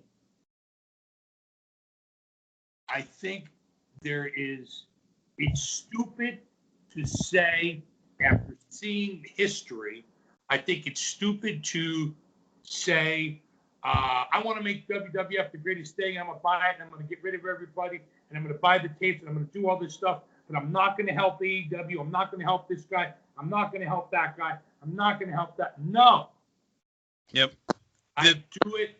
I'd get all these guys in the same room at the same time, and I'd say, okay, we're going to have a national program, but we're not going to have a national program without you involved. We're going to co-promote. Like a modern territory system. I'm going to bring your guys in. But I'm going to send it back in one piece too. And so you could go from Florida to Minneapolis to here to there to the big time. Yep. Okay, you had a 2-year run, 3-year run, 5-year run. Guess what? You're hot. You're hot. You can go back to the Indies and work another 5 years. Yeah. You come up with a different character that catches on. Who knows? But you work together. There's more than enough, because not everybody can afford to put on a pay-per-view. Some can, some cannot. Yeah. Some like it local. Like Lawler, he was able to make money because he had the formula. He had a small TV. He didn't need worldwide TV. He made a living. And Jeff, you want to hear something along those lines? Here's the ironic thing. Exactly what you're talking about. Here's the ironic thing. The one company that was custom made for this coronavirus is the one company that shut down first. NWA Power. NWA was custom made for this. They already had a TV studio, small audience, low production cost. They had everything going, and they had internet. They didn't have to spend money for TV. And they had worldwide distribution. the one company that could have survived, succeeded, and finally made a name for themselves as the National Wrestling Alliance, went by the wayside because they panicked. They did the one thing you never do in a crisis. They panicked. The WWE and AEW, on the other hand, didn't panic enough. Right. Now, they're suffering. Go ahead, Dan. I don't know. I think NWA, I think they had to stop. I think that they don't, if they don't have the old films of the NWA, they're screwed. I think Vince owns those films. I think that they should have spent some money on getting those films.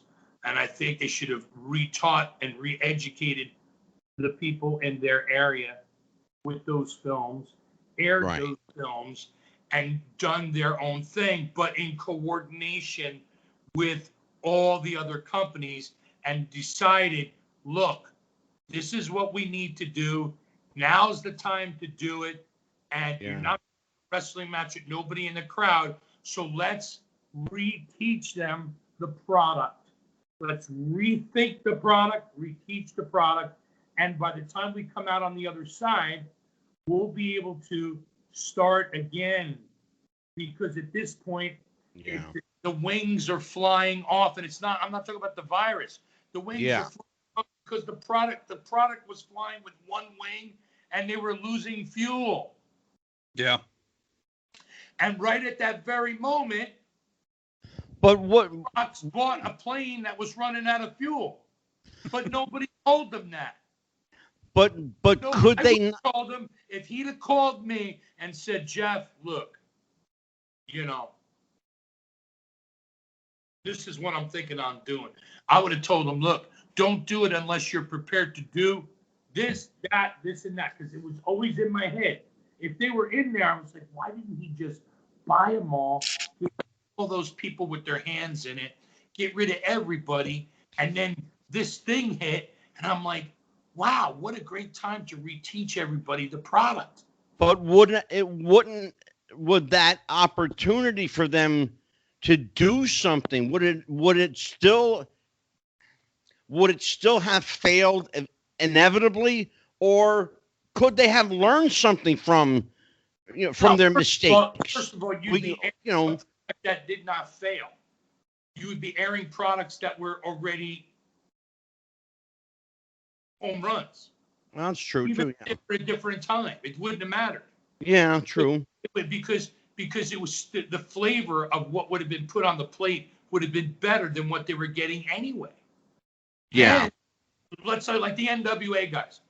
A lot of those people in the audience, they really didn't know who the Midnight or the Rock and Roll Express was until they went back and looked. Then they got excited about him. And you know what? And Jeff, that's a great point. That's a really great point, Jeff. And again, going back to what we talked about earlier, Dan and I, talked with you about the history of the business, and that's not even that the workers don't know the history.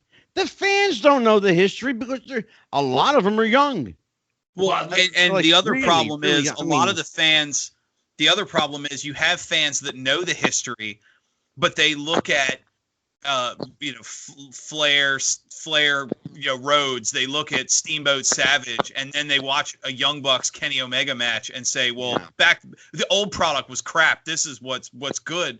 You have fans who not only don't know the history, they don't appreciate it because they grew up in an era where they were, I don't want to say taught, but they were taught that wrestling used to suck, and now here's the good stuff. And I want people to know they're hearing that from a 36-year-old guy. I think, James, I really think that would have worked its way out if they were ahead of the curve and they did exactly what I've been saying to do. If they would have done what I just explained to you to do and been ahead of the curve and prepared for it, and all of a sudden, okay, it's January, something's wrong, February shutdown, boom, shut it down. Why? Now's the time. We can't save the business. We can only steal from somebody who doesn't know. And then Yeah. they're going to be left holding the bag, which is where Fox is. Because if Fox had a clue, they would have understood. But because they were from outside the business looking at this pretty little diamond, instead of seeing inside was quartz. And it was rotting from not because, Vince did something wrong. Vince did what Vince does. He's a salesman. Hey, I have a product. Yes, it's worth X amount. I'll sell you this much. Now I'm going to sell the rest. Okay, well, we'll buy it up. Well, eventually, it's either going to fold and then they'll say, I wish I knew, or somebody's going to call me or somebody and say, what should we do? You're in the business. And the first thing I'm going to tell them is the same thing I told you. Shut it down. Get Dan? everyone. Shut the whole country down. Every Tom, Dick, and Harry. Combine them all. Make it worth everyone's while to be part of it. And re-teach everyone. Yes, you may lose some fans, but you will gain more than you will lose. Absolutely. And it's a 20-year deal. It takes 5 years to grow an oak. Yeah. 5 years to grow an oak. So you're going to have to take the first 5 years. The second 5 years, you're really killing it. And then if you don't make the mistakes of history, you got another 20 years from there. Well, it's the same, now, the same.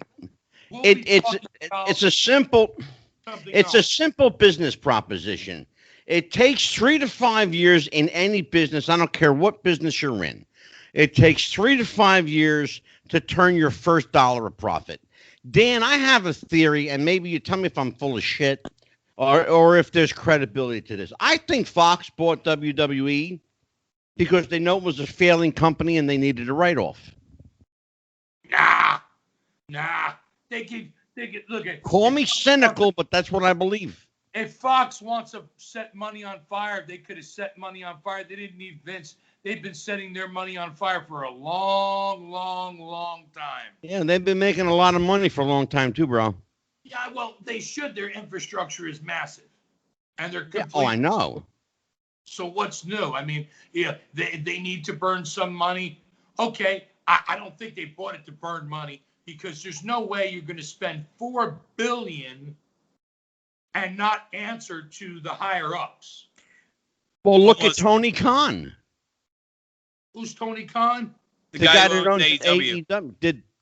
Did his father really need to spend billions of dollars to buy a wrestling company? No. But $1 billion. Look, a guy who's got $5 or $6 billion or 10 or $37 billion is not, a $5.7 trillion company. You're comparing apples to bananas. Yeah, well, unfortunately, those are the only fruits I have right now. But Vince has billions of dollars, but he could be completely absorbed 10 times over by Fox, and Fox wouldn't even need to wipe their ass. Brother, I would love to go. I would love to go on with this, but Dan, we're going to have to. Absolutely. We're going to have to wrap it up. I'll let you take us home tonight. Bruh, thank you so much. We only have, like an hour and a half. We're already almost at the 2 hour mark. Why? So, what happens? People turn into pumpkins after the 2 hour mark? No, we have time constraints for our sponsors and our streaming services. Time constraints? Yes. To do with a constraint. You take it and you put it where the sun don't shine. And then I can't do that. I can't do that. I need their sponsorship. What's the name of your show again? Wrestling with the Future. Ladies and gentlemen, this is the Metal Maniac, the greatest ever, coming to you live from the pinnacle of professional wrestling, Wrestling with the Future. And if these people don't listen to what we talk about, you'd be looking at wrestling with the past. It's James and Despiro with the goofy hairdo and the mustache and whatever the hell he's got going on. And just stay tuned and make sure you check in with them and see when they're online. And for all the sponsors, Kish mein Tuchus. If you don't know what that is, ask the nearest Jew. Oh, Jesus. You're you're looking at the greatest ever. And if you got a wrestling company and you got a few shekels and you need someone to talk, Shekels. I'm the guy you want to call, Jabroni. And they weren't talking about me when he came up with that name. And it was the Shiki who came up with it too. So remember, it's the Metal Maniac and these two goofs. Get it right, or I'll squeeze your head like a big, fat zit. And James, clean it up a little bit, all right? Be professional. All right, it's the Metal Maniac signing out, brother. Get it right, the Metal Maniac. Yeah. I love you, bro. Mahala. Take care. That's a hell of an endorsement. God, that's my buddy. I've known him for 35 years. Oh, hilarious. Oh my! I told you, Dan. You know, when you got Jeff Miller, the Metal Maniac, you don't have to do a lot of talking. But if you have to ask a question, you might want to write it down, submit it by mail. It'll get there faster. You know, a lot faster. I was going to say we didn't have to do a lot of talking, but we weren't able to do a lot of talking against our will either. But you know, I know. Are you kidding me? We got chastised on our own show for crying. Damn, I've never seen anybody shut you up. Holy shit, brother. Oh, I got 3 questions and you cut me off for 2 of them. Did I really? I'm sorry, I wasn't aware. Sometimes I get a little animated. Forgive me. No, it was a very not heated. It was a very spirited conversation. It was a lot very of fun. Spirited. Oh yeah, and I mean, there's clearly a guy who knows the business. Oh my God, are you kidding me? And I meant when I said that too. I know a lot of guys in this business. I mean, you know, not to toot my horn, but I know a lot of people in this business. I've been around this a long time. Oh yeah. And he is by far, one of the smartest guys. You know, you don't talk about a guy being the smartest guy in the room. You put him in the room with a bunch of wrestling guys, he's the smartest guy in the room. Best way to have it. For sure.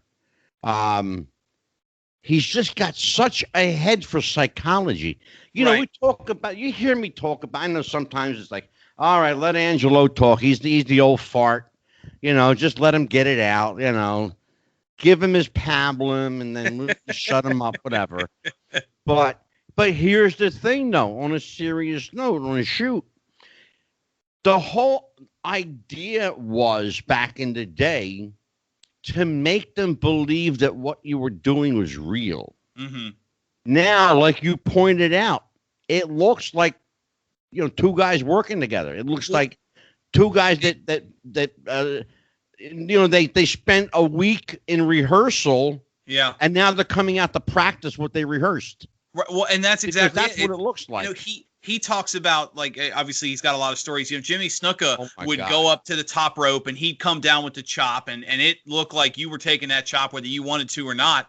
Nowadays you watch it and the guy goes up to the top rope and the guy that's in the ring and he's, you know, he's lining himself up, or the guy that gets knocked over spends 10 minutes adjusting so he's in the right spot for who's about to jump off the top rope. You know, that should be instinct. That's the problem. I mentioned it a while ago. You watch, one of the biggest moments in wrestling history was when Hogan beat Sheik for the title. When he hit the boot, Sheik landed the wrong way. I know. But he rolled the bounce to where he was positioned, and it didn't look like he was adjusting. It's exactly what he was doing, but it was so natural. Instinct. Exactly. Nowadays, you watch the same moment. Just the other day, AEW guy gets drop kicked and he damn near rolls out of the ring, rolls back, straightens his legs, kind of pops his shirt. You know, now I'm good. Jump on me. And it's like, come on, you're so obviously working together. It doesn't look like a real fight. Could you possibly insult my intelligence anymore? Exactly. Wrestling fans. We all know. See, here's the thing, Dan. We're smart. We know, and I'm not talking about smart to the business. We're smart. We're intelligent people. Okay. Right. We know it's a work. We know it's what we're seeing is entertainment. We get it. Okay. But we also want to believe that what we're seeing is compelling entertainment. It's like watching a movie. It's not even compelling, bro. They're not even trying to make it look like a fight. It's like watching a movie with really bad special effects. When it becomes obvious that the film crew's not trying to make it look real, it hurts the audience. It's the same thing with wrestling. When the wrestlers aren't trying to make it look real, why am I going to care that you're trying to what you're doing? I'll give you a perfect analogy, and you'll appreciate it being a film guy.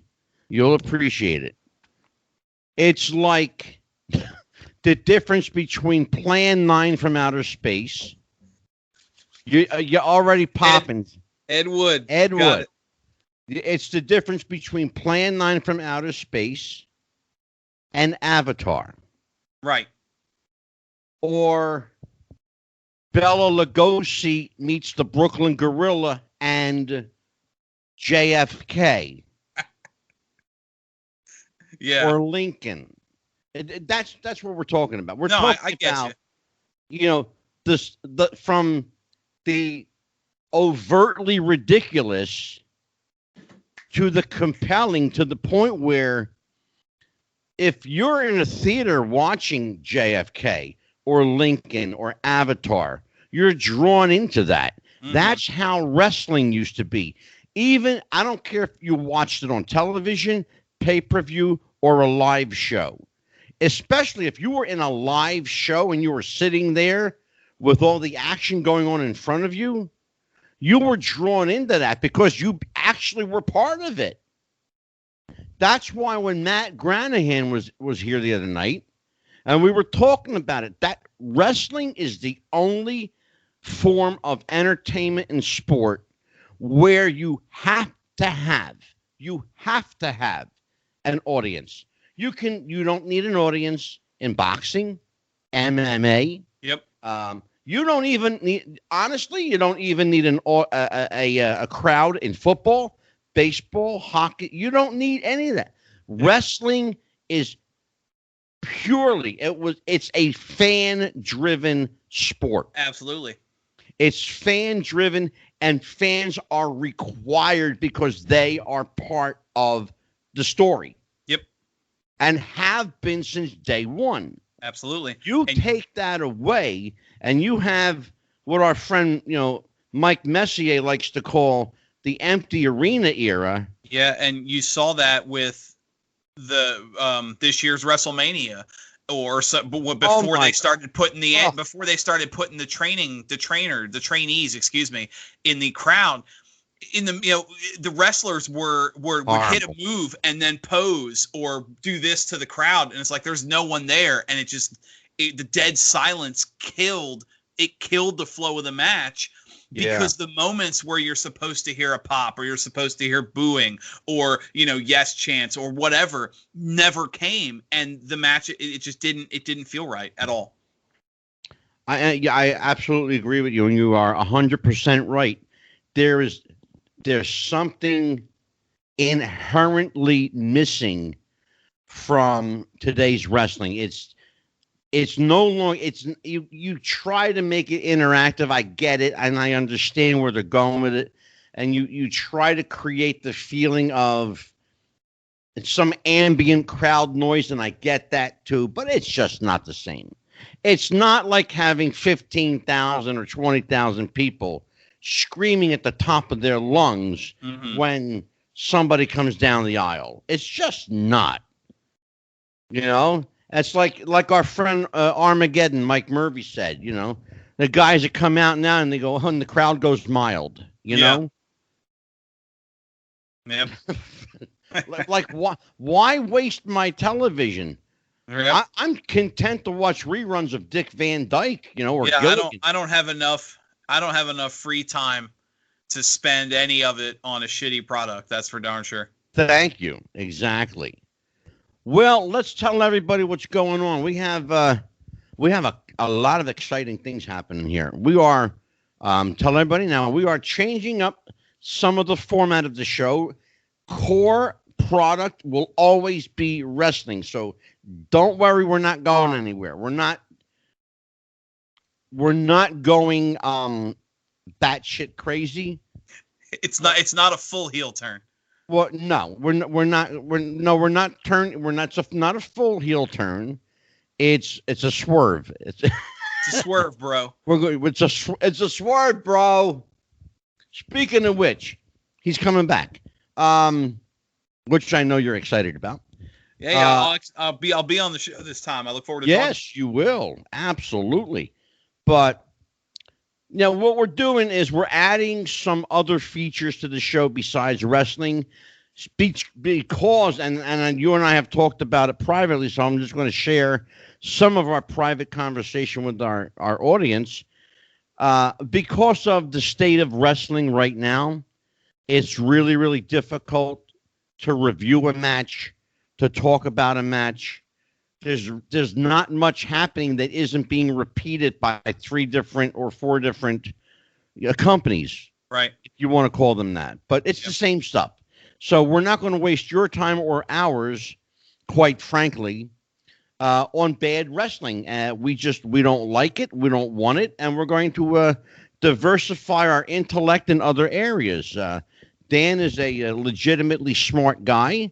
He's a historian, and he's going to be featuring some show. He doesn't know it yet. He's going to find out right now. He's going to be featuring some shows. We're going to call it History's Mysteries with Dan the Man. So that's your new show, Bo. Oh, good. Yeah, History's Mysteries with Dan the Man.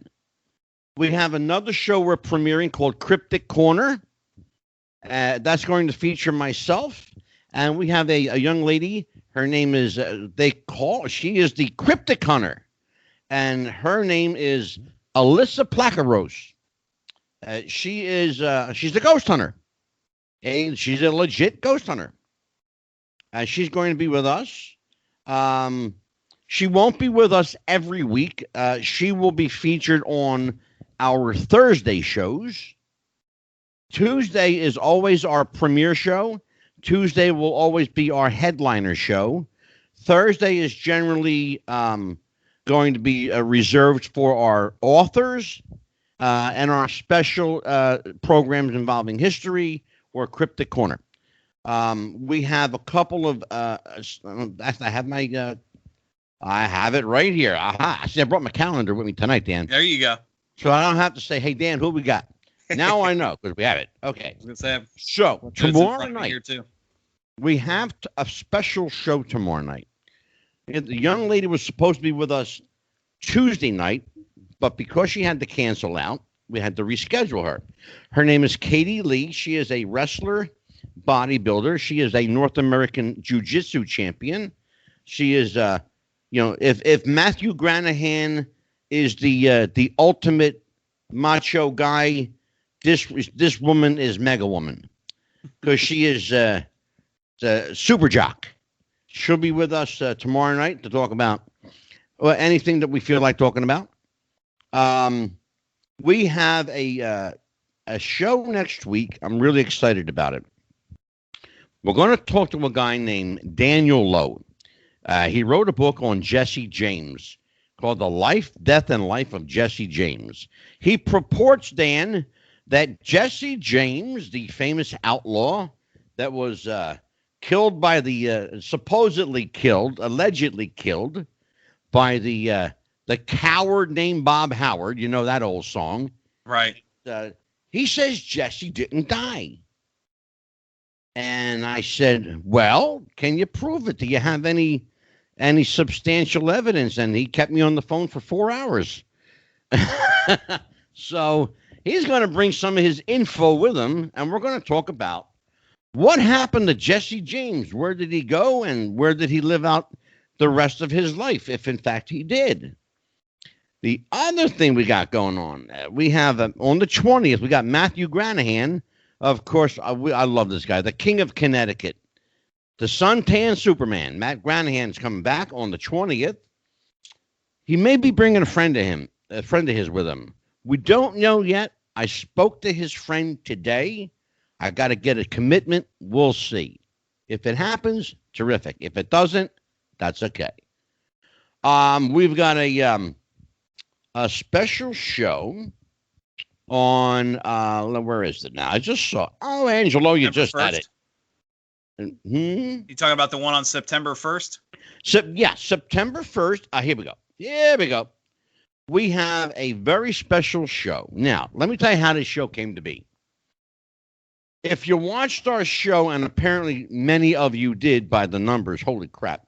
If you watched our show with Mike Williams and Vince Russo, Paul is Dead, you heard at the end of the episode, we talked briefly, Vince Russo and I went at it a little bit about Tiny Tim. And I have Vince Russo saying, if you can get someone who knew Tiny Tim, I'll talk about Tiny Tim for 5 hours. Well, he already reneged on that he's going to give us about an hour and a half. So I have Stephen Plim joining me on September 1st. Stephen Plim was Tiny Tim's best friend of 25 years and his personal and business manager.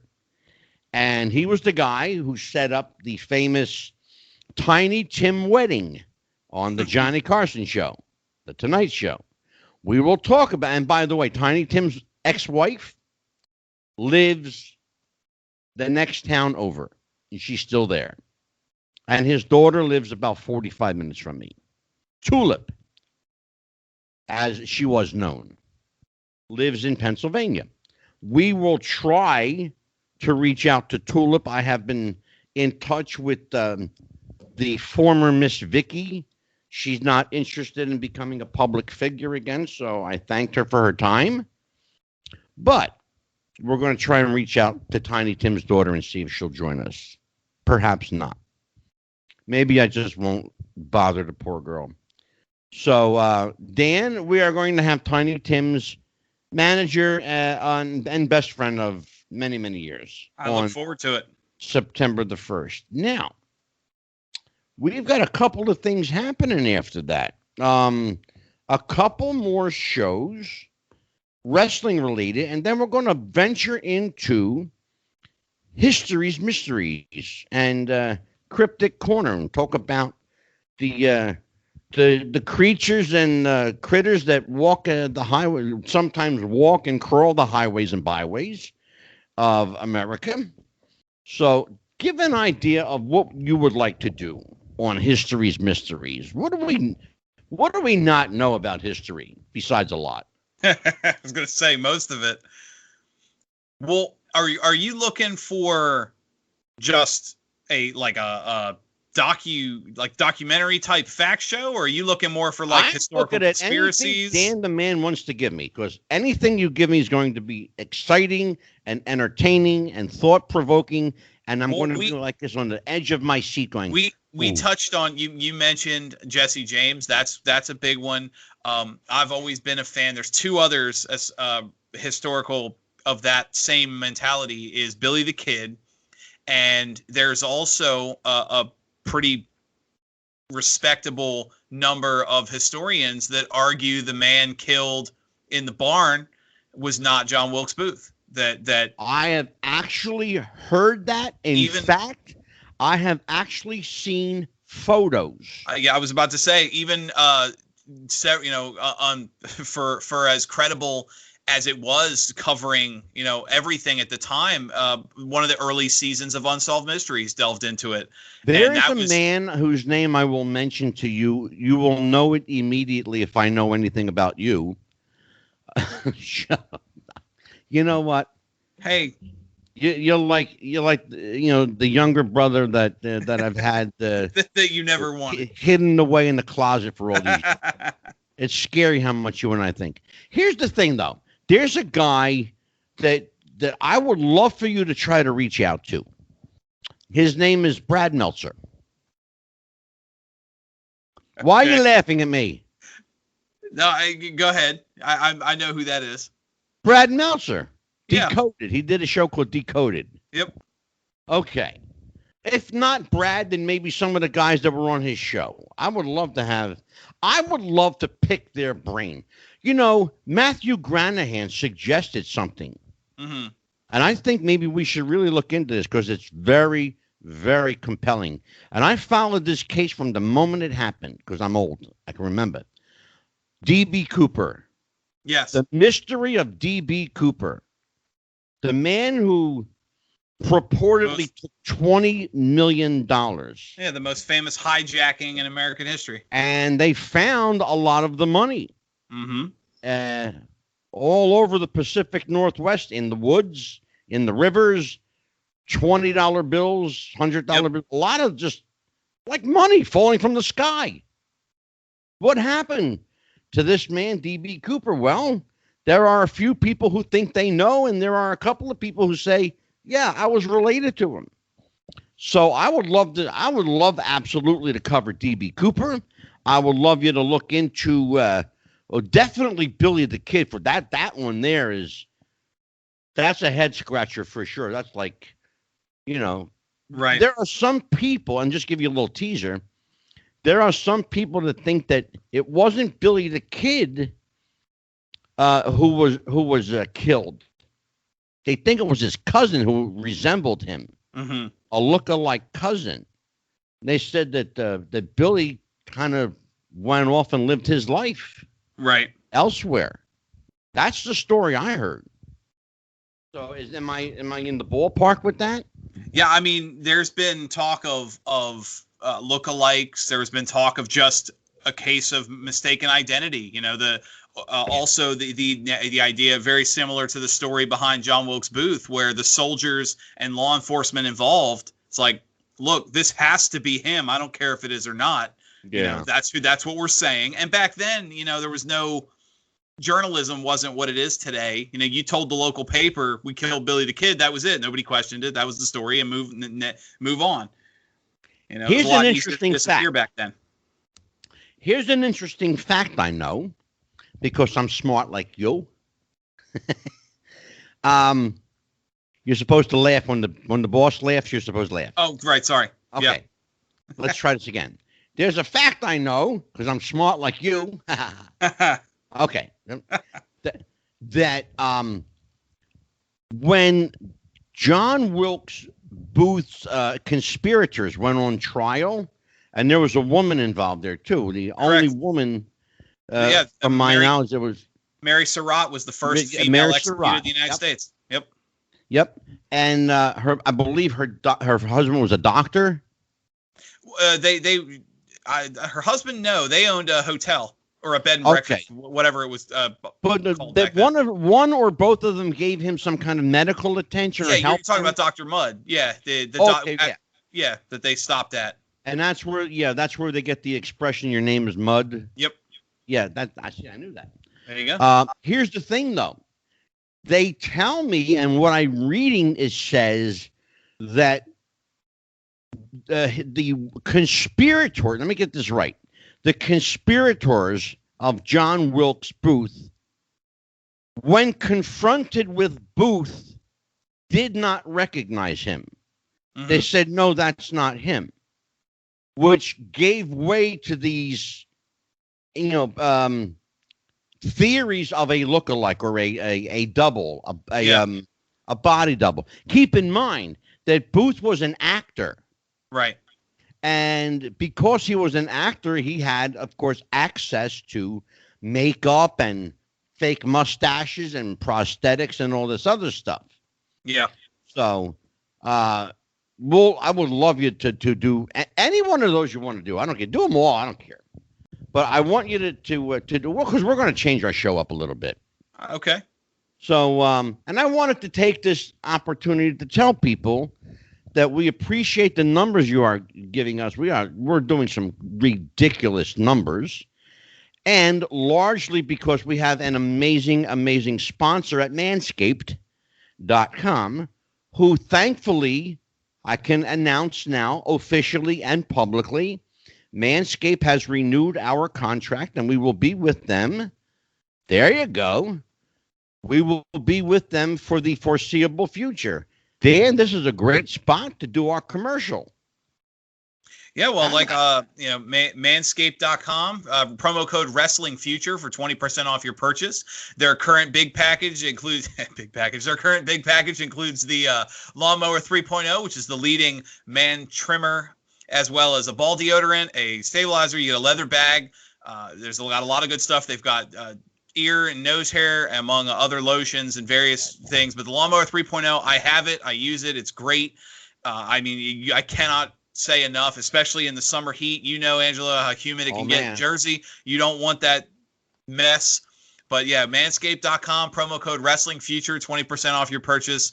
Like I said, like the sign, you know, manscaped.com, your balls will thank you. Will thank you.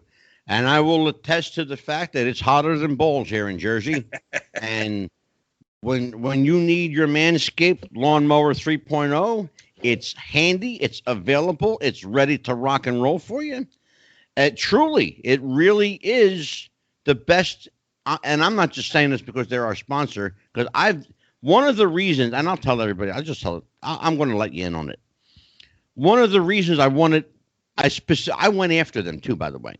One of the reasons I wanted so much to have Manscaped as our sponsor is because I was using the product before they were our sponsor.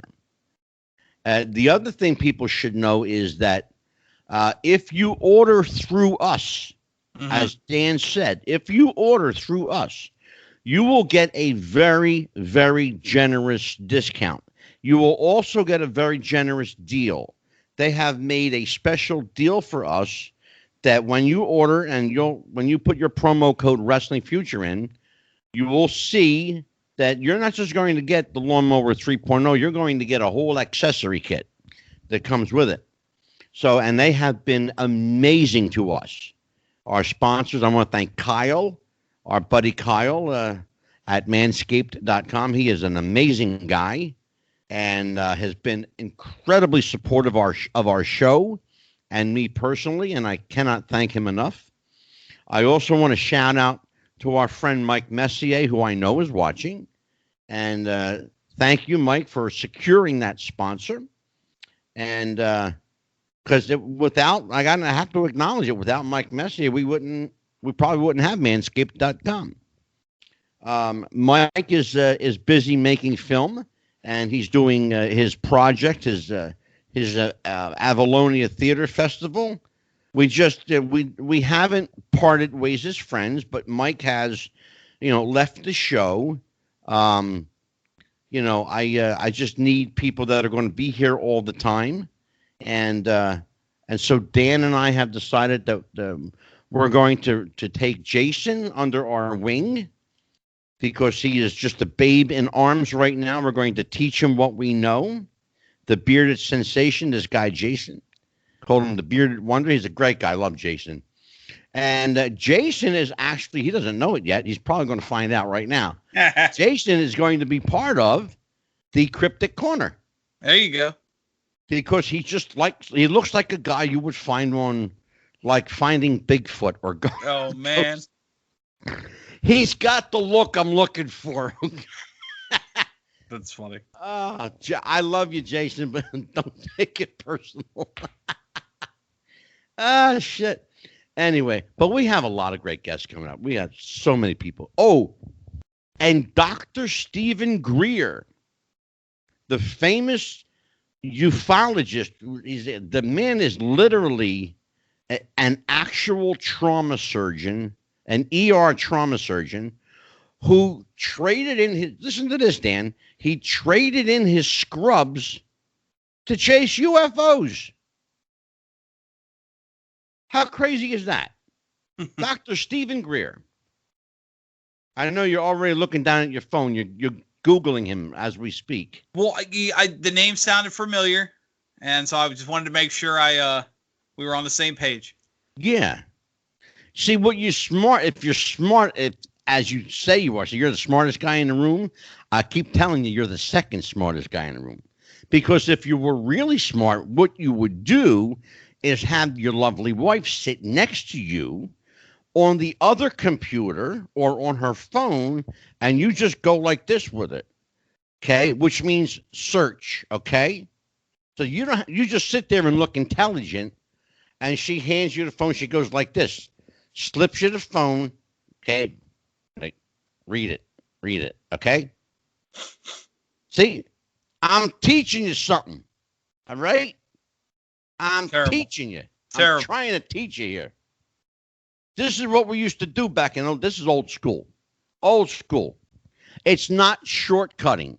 It's not shortcutting. It's creative writing. Okay? Terrible. It's creative. What do you mean terrible? Getting Cliff's notes off screen. That's why you use that background. Hide the people standing behind you. Yeah, well, yeah. Look, there's our Manscaped spot. See, right there. There's the Meadowlands Monster. There's Metal Maniac. I thought we were going to have both of them here tonight. Well, we'll have Lou. Lou will be back for sure. Right. I think we're going to have Lou back. Probably, I'm going to tell you exactly when right now. We are going to have Lou on, and I just saw it too. Son of a gun. Oh, here we go. We will have Lou back on probably the 27th of August. Okay. Is what it looks like. That'll be a Thursday. So that'll be one of our wrestling episodes. We'll bring him back. So, Dan, is there anything else that we should know? No, I think we've more than said our fair share tonight. Good. Well, this is the only time we've really had to talk, you know. Right. So we just spent 20 minutes like conversing because we haven't said anything to each other for the last hour and a half. Oh my God. All right, listen, folks. It's been a long day. It's been a long night. On behalf of Dan the Man, the Happy Haberdasher, and Jason the Bearded Sensation, and Alyssa Placaros, the Cryptic Hunter. I forget what is her name. I think it's the Cryptic Hunter. If not, we're going to make one up for her. Cryptic Corner. She's going to be the host of Cryptic Corner. On behalf of everybody here, it's been, like I said, it's been a long day and it's a long night. Have a good one. Happy wrestling. We'll see you next time. Take care, everybody.